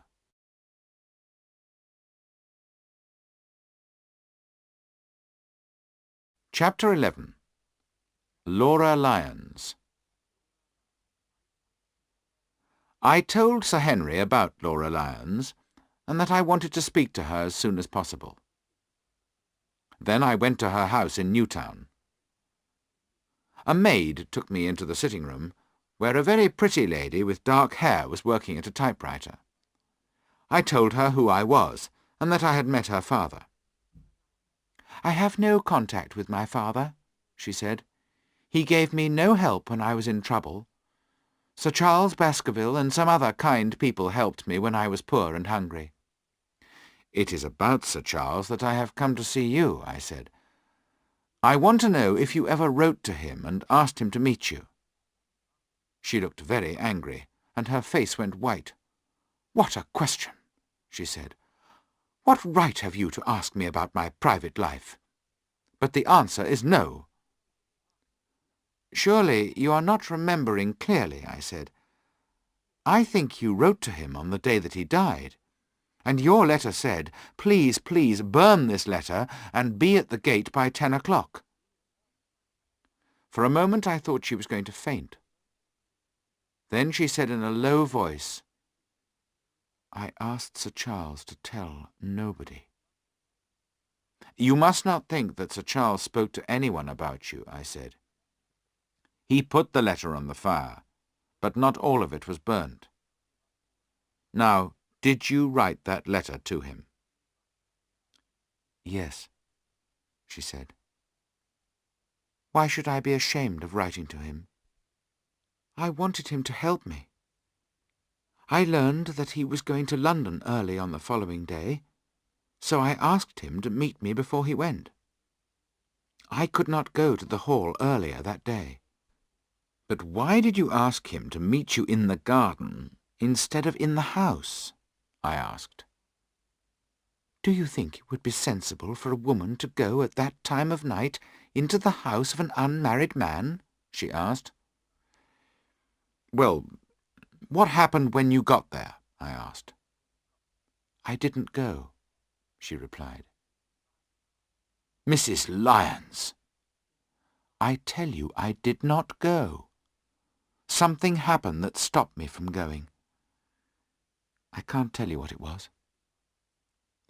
"Mrs. Lyons," I said, "if you did not see Sir Charles, you must tell me why. If you do not, it will look very bad for you if I have to go to the police with this new piece of information about the letter." Mrs. Lyons thought for a moment, and then she said, "I see that I must tell you. Perhaps you know that I married a man who was very cruel to me. I hate him, and I wanted to get a divorce. But a divorce is expensive, and I had no money. I thought that if Sir Charles heard my sad story, he would help me to get a divorce." "Then why didn't you go to see Sir Charles?" I asked her. "Because I got help from someone else," she said. "Why didn't you write to Sir Charles and tell him?" "I was going to, but I saw in the newspaper the next morning that he had died." I asked Mrs. Lyons a number of other questions, but she did not change her story, whatever I asked her. I was sure that she was telling the truth. I could check two important parts of the story. If they were right, there could be no doubt that she was telling the truth. I could check that she had begun to get her divorce at about the time of Sir Charles's death. I could also check that she had not been to Baskerville Hall on the night of Sir Charles's death. But I was not sure that she had told me the whole truth. Why had she nearly fainted when I had told her about the letter? That was not completely explained by the story she had told me. I had discovered all I could for the moment. I left her, and went to search for more information in a different place. Chapter 12. The Man on the Moor. I drove out of Newtown and went to begin my search for the mysterious man on the moor. There were hundreds of the old stone huts on the moor. Barrymore did not know in which of them the mysterious man was living. I had seen the man on the night when Sir Henry and I had chased Selden, so I decided to start my search near that place. The path I took ran past Mr. Franklin's house, and I saw him standing at his gate. He called to me and invited me to go in and have a drink with him. He had been arguing with the police and was angry with them. He began to tell me about it. "But they will be sorry," he said. "I could tell them where to look for the escaped prisoner, but I'm not going to help them. You see, I have been searching the moors with my telescope, and although I have not actually seen the prisoner, I have seen the person who is taking him food." I thought of Barrymore and Mrs. Barrymore's worried face, but Mr. Franklin's next words showed me that I did not need to worry. "You will be surprised to hear that a young boy takes food to the prisoner. The boy goes by at about the same time each day, and he's always carrying a bag. Who else can he be going to see except the prisoner? Come and look through my telescope, and you will see that I am right. It is about this time each day that the boy goes by."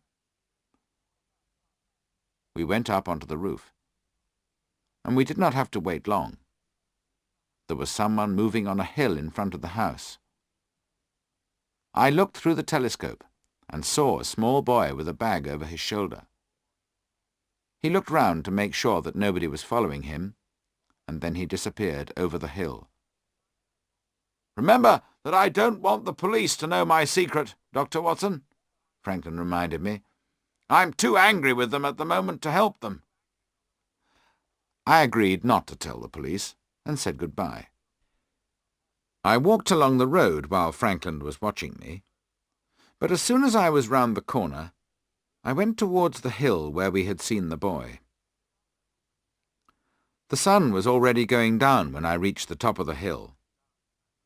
I could not see the boy, and there was nothing else in that lonely place. Beneath me, on the other side of the hill, was a circle of old stone huts. In the middle of the circle was one hut that had a better roof than the others, so it would keep out the wind and the rain. This must be the place where the mysterious man was hiding. I would soon know his secret. As I walked towards the hut, I saw that someone had certainly been using it. A path had been worn up to the door. I took my revolver out of my pocket and checked that it was ready to fire. I walked quickly and quietly up to the hut and looked inside. The place was empty. But this was certainly where the man lived. As I looked round the hut, I knew that the mysterious man must have a very strong character. No other person could live in conditions as bad as these.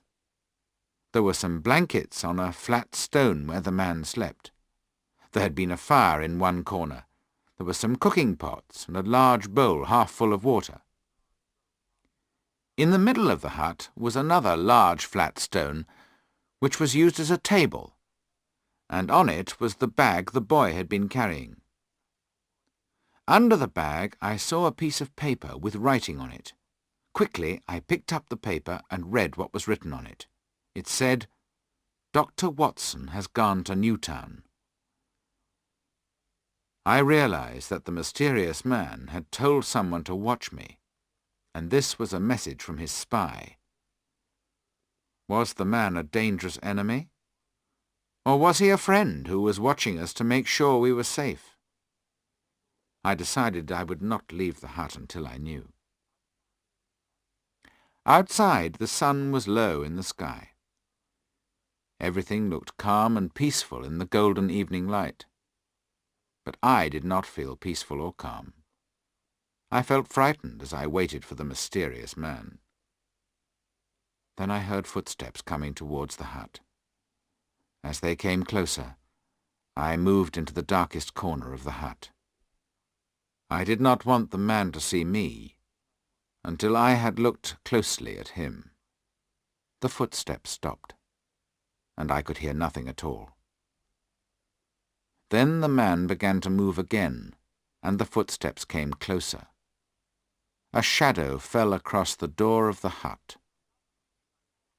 "It's a lovely evening, my dear Watson," said a voice I knew well.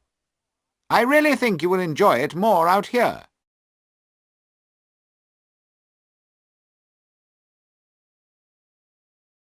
Chapter 13. Too Late. For a moment or two I could neither breathe nor move. Then I felt my fear and unhappiness disappear, as I knew that I was no longer alone in my responsibility for Sir Henry. The dangers all around me did not seem so frightening.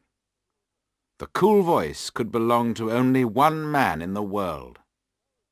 "Holmes!" I cried. "Holmes!" I went outside the hut, and there was Holmes. He was sitting on a stone, and his grey eyes were dancing with amusement. He was thin and worn, but bright and wide awake. His skin was brown from the wind and the sun, but his chin was smooth, and his shirt was white. He did not look like a man who had been living in the middle of the moor. "I have never been so glad to see anyone in my life," I said, "nor so surprised." "I am surprised too," Holmes said, as he shook me warmly by the hand. "How did you find me?" I told him about Frankland, and how I had seen the boy with the food. Holmes went into the hut and looked at the food, and at the note with it. "I guess that you have been to see Mrs. Laura Lyons," he said. And when I told him that he was right, he went on, "When we put together everything that each of us has discovered, I expect we shall know almost everything about this case." "But how did you get here?" I asked him. "And what have you been doing? I thought you had to finish your case in London." "That is what I wanted you to think," he said. "Then you have tricked me, and have no confidence in me," I said. I was upset and angry because he had not told me his plans.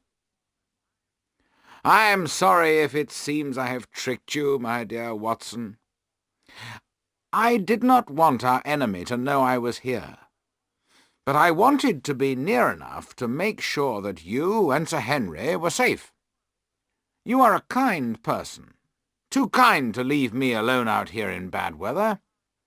Our enemy would guess I was here if he saw you coming out with food or with important news. You have been a very real help to me. Your letters with all their valuable information have been brought to me. You have done excellent work, and without you I would not have all the important details I needed." Holmes's warm words of thanks made me feel much happier, and I saw that he was right.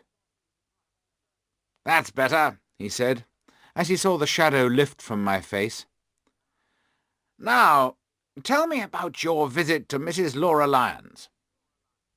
I told Holmes everything Mrs. Lyons had said. "This is all very important," Holmes said. "It answers questions I have been unable to answer. And did you know that Mrs. Lyons and Stapleton are very close friends? They often meet, and they write to each other. Perhaps I can use this information to turn Stapleton's wife against him." "His wife?" I asked. "Who and where is she?" "The lady called Miss Stapleton, who pretends to be his sister, is really his wife," said Holmes. "Good heavens, Holmes, are you sure? But if she is his wife, why did Stapleton allow Sir Henry to fall in love with her?" "Sir Henry hurt nobody except himself when he fell in love with her. Stapleton took care that Sir Henry did not make love to her. I repeat that the lady is his wife, and not his sister. They came here only 2 years ago, and before that he owned a school in the north of England. He told you that, and you told me in your letter. I checked on the school, and found that the man who had owned it went away with his wife when the school closed. They changed their name, but the couple who were described to me were without doubt the Stapletons. But why do they pretend to be brother and sister? I asked. Because Stapleton thought that she would be very much more useful to him if she appeared to be a free woman.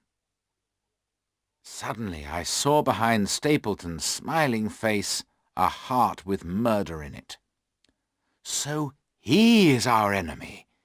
He is the man who followed us in London. And the warning note to Sir Henry came from Miss Stapleton. Exactly, said Holmes.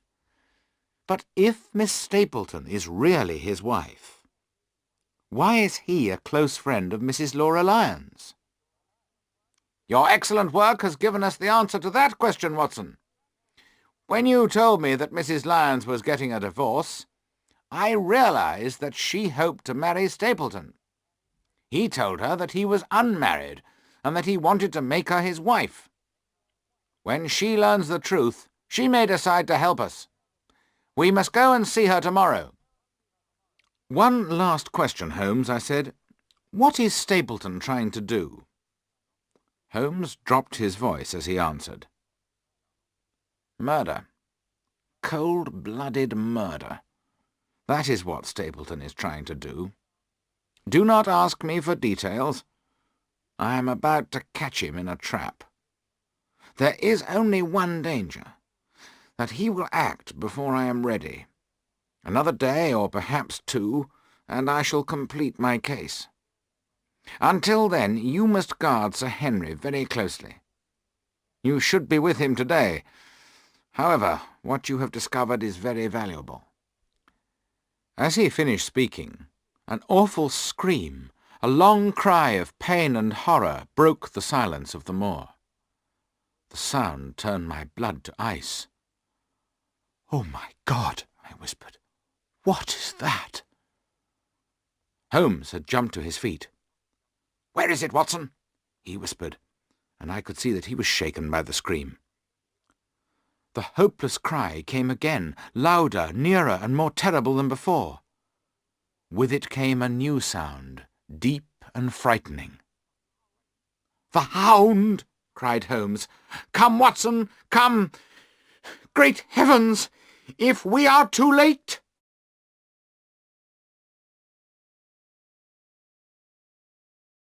Chapter 14.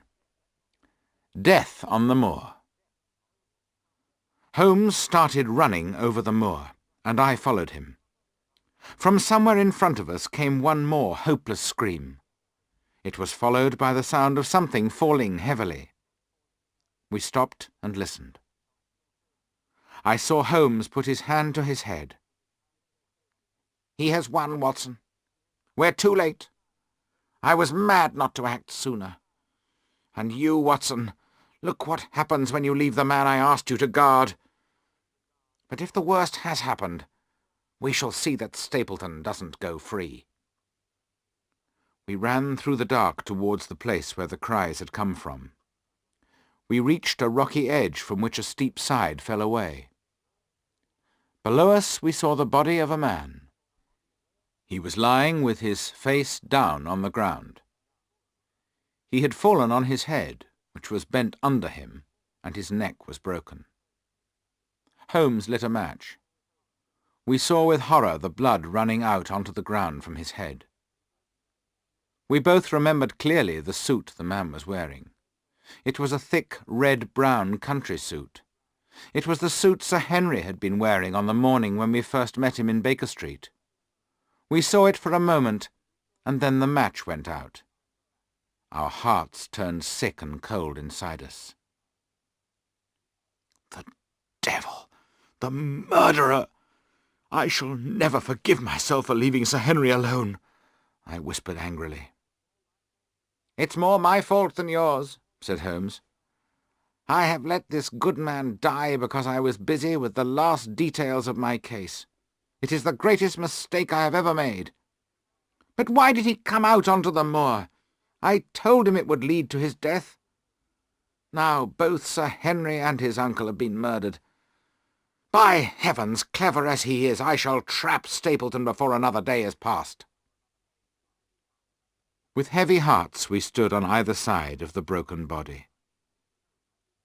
Then Holmes bent over the body and began to move it. All of a sudden, he began to laugh and jump up and down. "Look at the face!" he shouted, hitting me on the back. "It is not Sir Henry. It's Selden, the escaped prisoner." We turned the body over. There was no doubt about it. I had seen the face before, on the night Sir Henry and I had chased Selden over the moor. Then I suddenly remembered, and everything became clear. Sir Henry had told me how he gave his old clothes to Barrymore. I realised that this suit had been among the clothes Barrymore had left for Selden, and I told Holmes. "Then the clothes have caused the death of the poor man. The Hound had been given something of Sir Henry's to smell, so that it would pick up his scent and follow him. I think that is why the shoe was taken from the hotel in London. So the Hound followed the scent and hunted this man. But there is one thing I don't understand. How did Selden know that the Hound was following him? We know he ran a long way. He was screaming for a long time before he fell, and we could hear that he was running as he screamed. So the Hound was a long way behind him when he began to run. How could he see it in the dark? How did he know it was there until it was close behind him?" "I cannot answer that," I said. "But there is something else I don't understand. Why was the Hound out on the moor tonight? Stapleton would not let it go out unless he thought Sir Henry was there." "We may know the answer to that question very soon," said Holmes. "Here comes Stapleton." His sharp eyes had seen a figure moving in the darkness in front of us, and as the man came closer, I could see that it was indeed Stapleton. "We must be very careful not to show that we suspect him," Holmes warned me. Stapleton stopped when he saw us, and then walked forward again. "Dr. Watson, is that you? I didn't expect to see you on the moor at this time of night. But, dear me, what's this? Somebody hurt? Not... Don't tell me that it's our friend Sir Henry." He went past me and bent over the dead man. I heard him breathe in quickly. Who is this?" he asked, his voice shaking. "It's Selden, the escaped prisoner." Stapleton quickly managed to hide the look of surprise and disappointment on his face as he turned towards us. He looked sharply from Holmes to me. "Dear me, how terrible! How did he die?" "We think he broke his neck by falling over the edge of these rocks," I said. "I heard a cry, and that is why I came out. I was worried about Sir Henry," Stapleton said. "Why were you worried about Sir Henry?" I asked. "Because I had invited him to my house. When he did not come, I was surprised. Then, when I heard cries on the moor, I began to worry about him. I wonder—" His eyes went quickly from my face to Holmes's. "Did you hear anything else at all?" "No," said Holmes. "Did you?" "No," said Stapleton. "What do you mean, then?" "Oh, you know, the stories about the supernatural hound. I wondered if it had been here tonight." "We heard nothing of that kind," I said. "How do you think this poor man fell to his death?" Stapleton asked. "I think cold and hunger, and his fear that the police would catch him, drove him mad. He ran round the moor in his madness and fell over this edge," I said. "Do you agree, Mr. Sherlock Holmes?" asked Stapleton. "You're quick to guess who I am," said Holmes. "We've been expecting you ever since Dr. Watson arrived." "I have no doubt my friend is right about the way Selden died," said Holmes. "It's a sad death, but it will not prevent me from returning to London tomorrow." Before you return, will you be able to explain the mysteries that we've experienced here? "I'm not always as successful as I hope. I need facts, not stories of the supernatural. This hasn't been a good case for me." Stapleton looked hard at him, but Holmes had spoken very seriously, and his words sounded true. We covered the body. Then Stapleton turned to go home, and Holmes and I walked towards Baskerville Hall. "He's a very clever man, and a dangerous enemy who will be difficult to trap," said Holmes. "Look how he controlled his disappointment when he found that the dead man was not Sir Henry." "I'm sorry that he has seen you," I said. "So am I. But there was nothing we could do about it. Now he knows I am here, he may be more careful, or he may act more quickly than he had planned." "Why can't we give him to the police at once?" "Because we can't prove anything against him. Sir Charles was found dead because his heart failed. Again, tonight we could not prove that there was a hound. Selden died from a fall. We have no case at present. We shall see Mrs. Lyons tomorrow, and she may help us. But whatever happens, I have my own plan. There will be some danger, but by the end of tomorrow I hope to have won this battle." He would say nothing else. "Are you coming to the Hall?" I asked. "Yes," he replied. "There's no reason for me to hide any longer. But one last word, Watson. Say nothing of the hound to Sir Henry. Let him think that Selden died from a fall. If he knows about the hound, he will find it harder to face the dangers of tomorrow. I think you told me in your last letter that he is having dinner with the Stapletons tomorrow evening." "And they have invited me too," I reminded him. "Then you must excuse yourself, and he must go alone. That can easily be arranged. And now I think we are both ready for some food."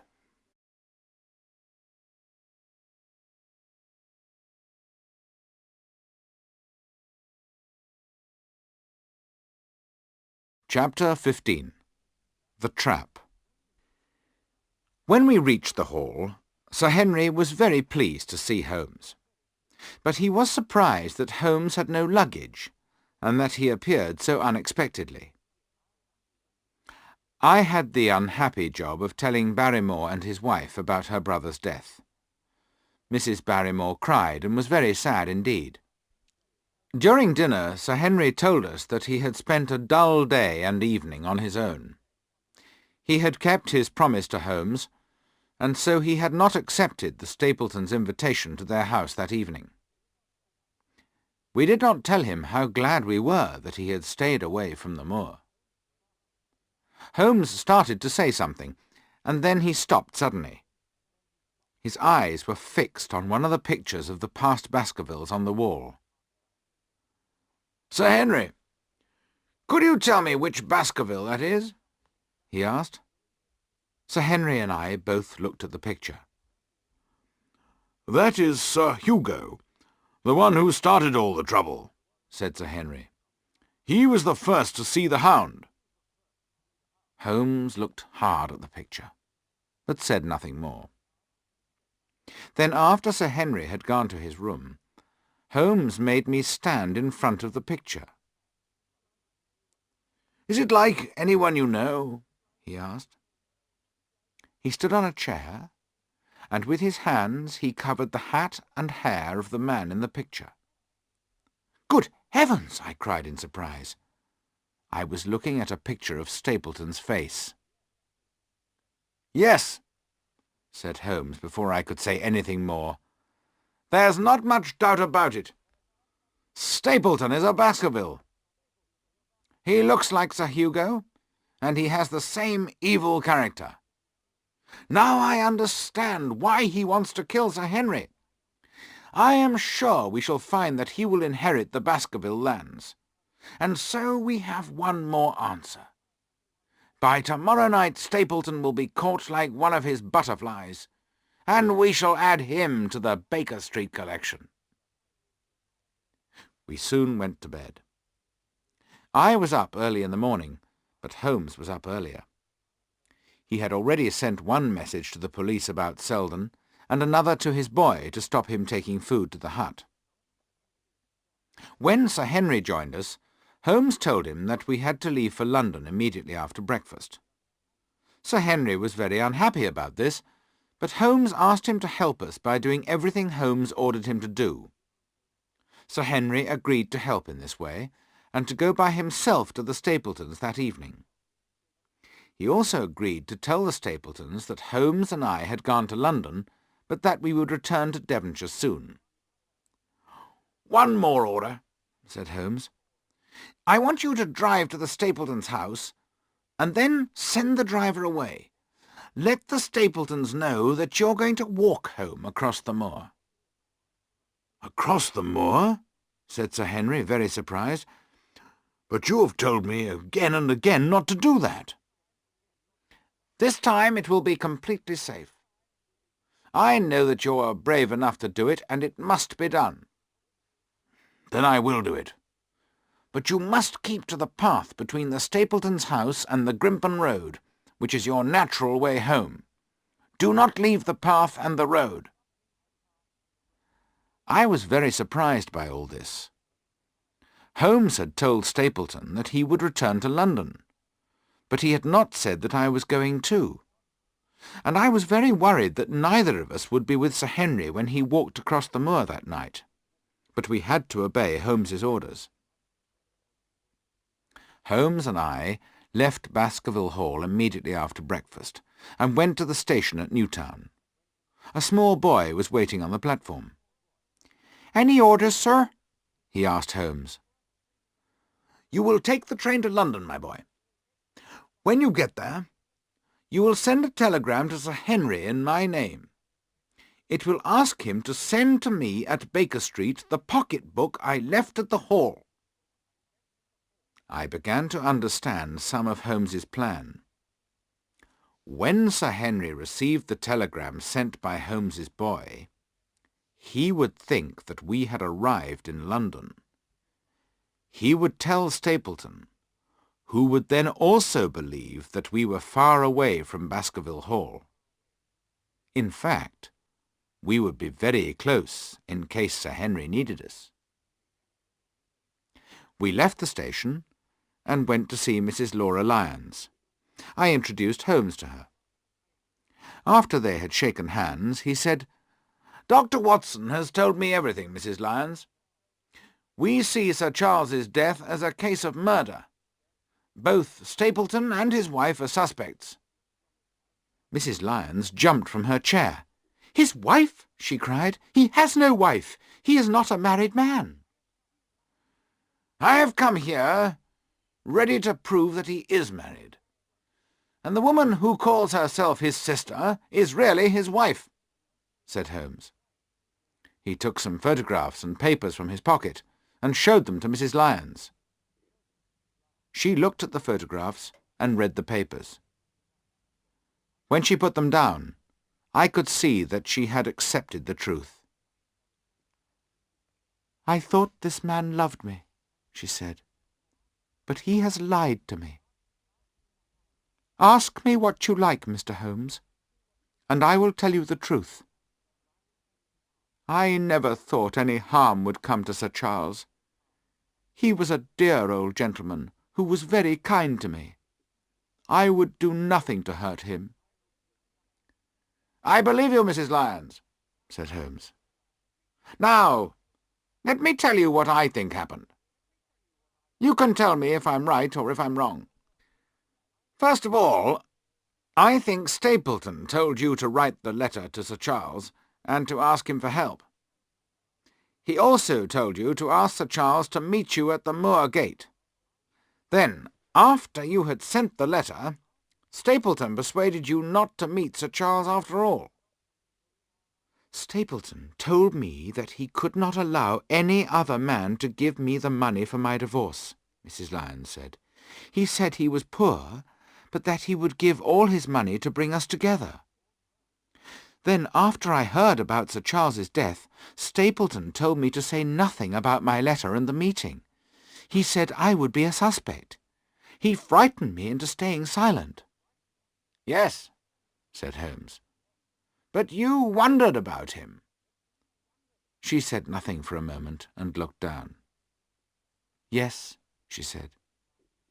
"But since he has lied to me about marrying me, I will no longer keep his secrets." "You are lucky that you have escaped him," Holmes said. "You know too much. But I hope you are safe now. Good morning, Mrs. Lyons, and thank you. You will hear from us soon." "So, one by one our questions are answered," said Holmes as we left Newtown. "When it is over, this will be one of the most famous cases of our time. And now it has nearly ended. We must hope that it ends safely and successfully."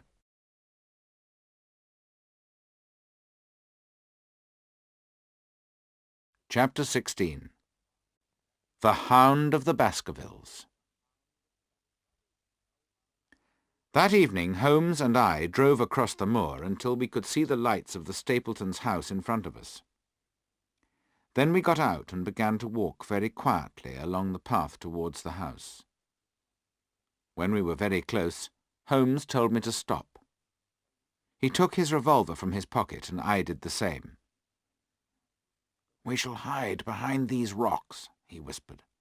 "Watson, you know the house, so I want you to go forward and look through the windows. I want to know where the Stapletons and Sir Henry are and what they are doing. Take great care, because they must not know that somebody is watching them." Very carefully and quietly I moved towards the house. I looked first into the dining-room window. Stapleton and Sir Henry were sitting and smoking their cigars, but there was no sign of Miss Stapleton. I moved round to the other windows, but I could not see her in any of the rooms. I went back to the dining-room window, and as I looked in again, Stapleton left the room and came out of the house. He went to a hut beside the house and unlocked the door. I heard a strange sound coming from the hut, but I could not think what was making the noise. Then Stapleton locked the door and went back into the house and into the dining-room. I went back to Holmes and told him what I had seen. He wanted to know where Miss Stapleton was, and I had to tell him twice that there was no sign of her in the house. The moon was shining on the great Grimpen Marsh, and a fog was rising from it. Holmes watched the fog and began to look worried. The fog was creeping up from the marsh towards the house. We were hidden near the path, which was on the far side of the house from the marsh. "The fog is moving towards us, Watson, and that is very serious," said Holmes. "It's the one thing that could make my plans go wrong." As we watched, the fog, which had crept as far as the house, began to flow round it. Angrily, Holmes hit the rock in front of us with his open hand. "If Sir Henry doesn't come out in the next quarter of an hour, the path will be covered by the fog. In half an hour we shall not be able to see our hands in front of our faces. We must move back to higher ground above the fog." We moved away from the house and out of the fog, which was creeping slowly along the ground and hiding the path from our view. "We must not go too far," said Holmes. "If we do, Sir Henry may be caught before he reaches us." Holmes went down on one knee and put his ear to the ground. "Thank heaven! I think I hear him coming." Then we heard quick footsteps on the path. After a few moments, Sir Henry appeared out of the fog and walked on in the clear moonlight. He came quickly along the path, passed close to where we were hidden, and began to walk up the hill behind us. As he walked, he looked over his shoulder again and again, like a man who is worried that something is following him. "Listen," said Holmes sharply. "Look out! It's coming!" I heard him make his revolver ready to fire, and I did the same. There was a sound of quick, light footsteps from inside the curtain of fog. The thick cloud had crept to within 50 metres of where we were hidden. We tried to see into it, and wondered what horrible thing would appear. I looked at Holmes. His eyes were fixed on the place where the path disappeared into the fog. He was pale, but his eyes were bright. He looked like a man who was going to win the most important game of his life. Then suddenly his eyes nearly jumped out of his head, and his mouth opened in frightened surprise. I looked away from him to see what his eyes were fixed on. When I saw the awful shape that was coming towards us out of the fog, my blood turned cold.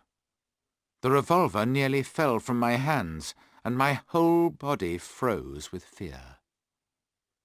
I saw a hound, an enormous black hound.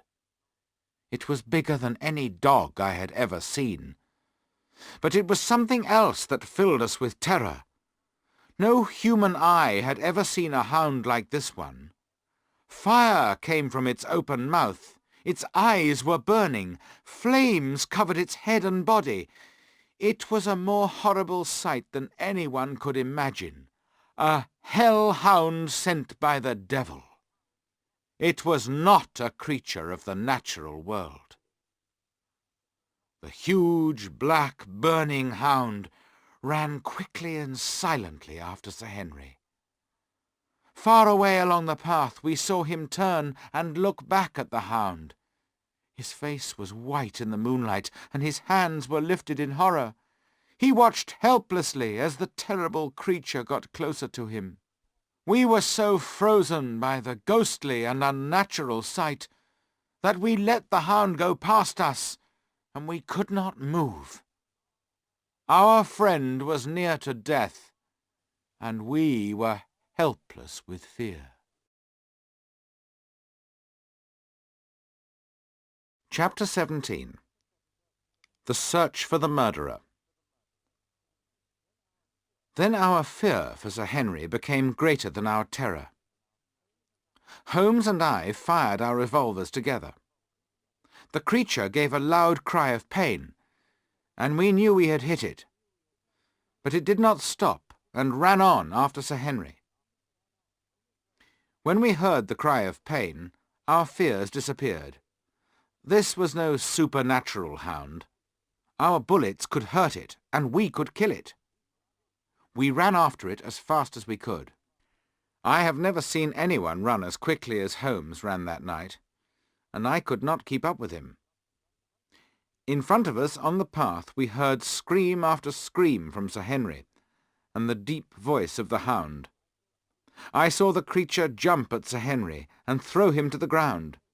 Its teeth went for his throat. But the next moment Holmes had emptied his revolver into the hound's body. It gave a last deep cry. Its teeth closed on the empty air, and it fell to the ground. I put my revolver to its head, but I did not need to fire. The hound was dead. Sir Henry lay unconscious where he had fallen. Quickly we opened the neck of his shirt. Holmes had fired just in time, and the hound's teeth had not reached our friend's throat. Already his eyes were beginning to open, and he looked up at us. "My God," he whispered. "What was it? What in heaven's name was it?" "It's dead, whatever it was," said Holmes. "We've killed the family ghost forever." The creature that lay before us was as large as a small lion. Its mouth and teeth were huge. They shone with blue flames. There were rings of blue fire round its cruel eyes, too. I touched the hound's burning coat. When I held up my hand, it too seemed to be on fire. "Phosphorus," I said. "That is why the hound appears to burn in the dark. Stapleton put phosphorus paint on the Hound in the hut beside the house. But Holmes was thinking more about Sir Henry than about Stapleton's cleverness. "I must apologize to you, Sir Henry," he said. "I put your life in danger. I expected to see a huge hound, but not a creature like this. The fog gave us a very short time to control our fear, and for moments we could not move." "Never mind," said Sir Henry. "You saved my life, and I thank you. Please, help me stand up. What are you going to do now?" Sir Henry's legs were shaking so much from his terrible experience that he could not stand. We helped him to a rock. He sat there and held his head in his hands. "We must leave you here, Sir Henry, and try to catch Stapleton. We shall come back as quickly as possible and take you to the Hall. Our case is complete, but we must now catch our man." I followed Holmes along the path back to the house. "We must search the house," said Holmes, "but almost certainly he won't be there. He probably heard the noise of our guns, so he knows his evil game is finished." The front door of the house was open. We went in and looked from room to room. All the rooms downstairs were empty, so we went upstairs and looked in all the rooms except one, which was locked. "There's someone in there," I said. "I heard someone move. Help me break open this door." We threw ourselves against the door, and as the lock broke, we went in. We held our revolvers ready to fire. In the middle of the room was a figure tied to a post. We could not see whether it was a man or a woman, as it was completely covered with sheets. Only the eyes and nose were free. We pulled off the sheets and untied the prisoner from the post. It was Miss Stapleton. As we untied her, we could see long red bruises across her neck. "That cruel devil Stapleton has beaten her," Holmes said. "Put her into a chair." Miss Stapleton had fainted from the beating and exhaustion. As we put her into the chair, she opened her eyes. "Is he safe?" she asked. "Has he escaped?" "He cannot escape us, Miss Stapleton," Holmes said. No, I don't mean my husband. I mean Sir Henry. Is he safe?" "Yes," I said, "and the Hound is dead." "Thank God," she said. "Thank God. Oh, the cruel devil! Look what he has done to me." She showed us her arms, and we saw with horror that her skin was black and blue where she had been beaten. "But he has hurt me more in other ways. While I thought he loved me, I accepted many things. But he doesn't love me. He has used me."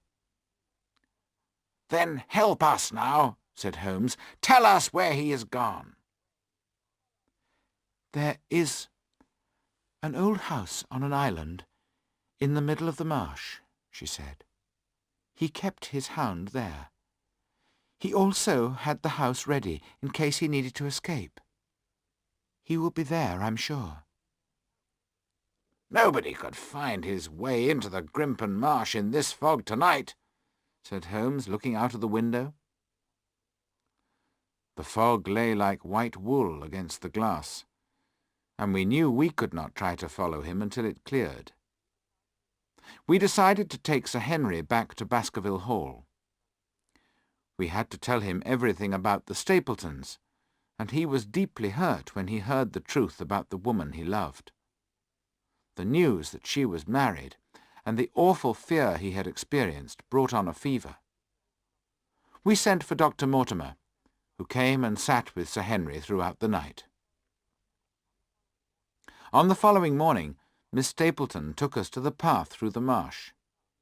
The fog had lifted, and she showed us the sticks which she and her husband had put in to mark the way. We followed them through the marsh which smelled of dying plants. The wet ground pulled at our feet as we walked. From time to time one of us stepped from the path and sank up to his waist in the marsh. One man on his own could not hope to escape the pull of the marsh. Without help he would sink to his death. But we did not find any sign of Stapleton. We searched and searched without success. There is no doubt that he lost his way in the fog and sank in the marsh. Somewhere deep down, his body lies to this day. We reached the island Miss Stapleton had described and searched the old house. "This place tells us nothing that we do not already know," said Holmes. "These bones show that he hid the hound here, but he could not keep it quiet, so people heard its cries. Here is the bottle of phosphorus paint. Stapleton used it very cleverly on the hound.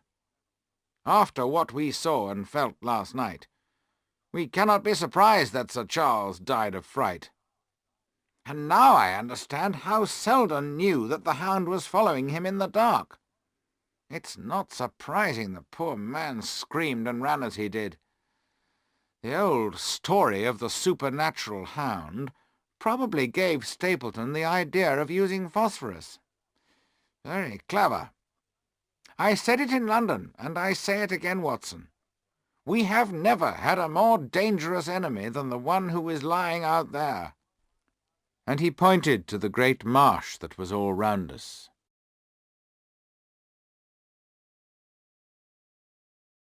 Chapter 18. Looking Back. It was the end of November, more than a month after our return from Baskerville Hall. Holmes and I were sitting on either side of a bright fire in our sitting-room in Baker Street. Since our return, Holmes had been working hard on 2 other cases, and he had been too busy to discuss the Baskerville case. But now the other cases were finished, and he had been successful in both of them. I decided it was a good time to ask him the final questions about Stapleton and the hound. "The picture showed us that Stapleton was indeed a Baskerville," Holmes began. "He was the son of Roger Baskerville, who was Sir Charles's younger brother. Roger was a criminal who escaped from prison and ran away to South America. Everyone thought he had died unmarried, but that was not true. He had one son, also called Roger, whom we knew as Stapleton. Stapleton married a beautiful South American and came to England, where he started a school in the north. He discovered that he would inherit the Baskerville lands and fortune if Sir Charles and Sir Henry both died. That is why he moved to Devonshire when the school closed. When he met Sir Charles, he heard the story of the hellhound. He also learned that Sir Charles believed these supernatural stories and that he had a weak heart. Stapleton had the idea of buying a huge hound and of using the phosphorus to make it shine like the hound in the story. I have found the place where he bought the animal. He took it by train to Devonshire and walked many miles over the moors with it so that it would not be seen near Baskerville Hall. He needed to get Sir Charles out of the hall at night. This would be easy to do if his wife made Sir Charles fall in love with her, but although he beat her, she refused to help him with his evil plan. Then Stapleton met Laura Lyons. We know that he made her write a letter to bring Sir Charles to the moor gate on that sad night. The hound, which was shining with phosphorus, chased Sir Charles down the yew alley. Sir Charles's terror was so great that his weak heart stopped and he died. But the animal did not touch the dead body. The hound had run on the grass, so it left no footprints, except the one found by Dr. Mortimer. You see how clever Stapleton was. Neither he nor the Hound had touched Sir Charles, so there was no sign of murder. The only two people who might suspect him, his wife and Mrs. Lyons, could not be certain about what he had done. Anyway, neither of them would inform the police about him. Next, Stapleton learned that Sir Henry had reached England, so he went to London. He hoped to murder Sir Henry there. He took his wife with him, but he wasn't sure that she would keep his secret, so he did not tell her the truth. He locked her up in their hotel. She knew that he had some evil plan, but she was too frightened to give Sir Henry a clear warning. Instead, she sent him the letter made of words cut from a newspaper. Meanwhile, Stapleton was wearing a false beard and following Sir Henry. He needed something to give the Hound Sir Henry's scent, so he paid a maid at Sir Henry's hotel to steal one of his shoes. The first one was a new one, and didn't have Sir Henry's scent on it. It was no use for the Hound, so he put it back, and another older shoe was stolen. When the shoes were changed, I knew that the Hound must be a natural and not a supernatural creature. Next, there was the letter made of words cut from a newspaper. When I looked at it, I held it close to my eyes. I noticed a smell of perfume, so I guessed that a woman had sent the letter. By the time I went to Devonshire, I knew that there was a real Hound, and I knew we were looking for a man and a woman. I guessed that the Stapletons were the pair. I had to watch Stapleton, but I had to hide myself. As I have explained, I could not tell you what I was doing. I stayed in Newtown and used the hut on the moor only when necessary. Your letters were sent to me immediately from Baker Street and were very helpful. When you told me that Stapleton had owned a school in the north of England, I checked on him and where he had come from. I discovered he had come from South America, and then everything became clear. By the time you found me on the moor, I knew everything, but I could prove nothing. We had to catch the man doing something criminal, and so I had to put Sir Henry in danger. Dr. Mortimer tells me that Sir Henry will be completely better after some rest. As you know, the two of them have become good friends, and are going on a long holiday together. Sir Henry will take some time to forget Miss Stapleton. He loved her deeply, and it hurt him badly when he learned the truth about her. She was very frightened of her cruel husband, but she suspected that he was responsible for Sir Charles's death. She knew about the Hound, and when Selden died she guessed that the Hound had killed him. She knew her husband had the Hound at their house on the night Sir Henry came to dinner. They argued about the Hound that evening, and as they argued, Stapleton told her about Mrs. Lyons. Any love she had for her husband disappeared at that moment. He knew that she wanted to help Sir Henry, so he beat her and tied her up. He probably hoped that when he inherited the Baskerville lands, she would love him again.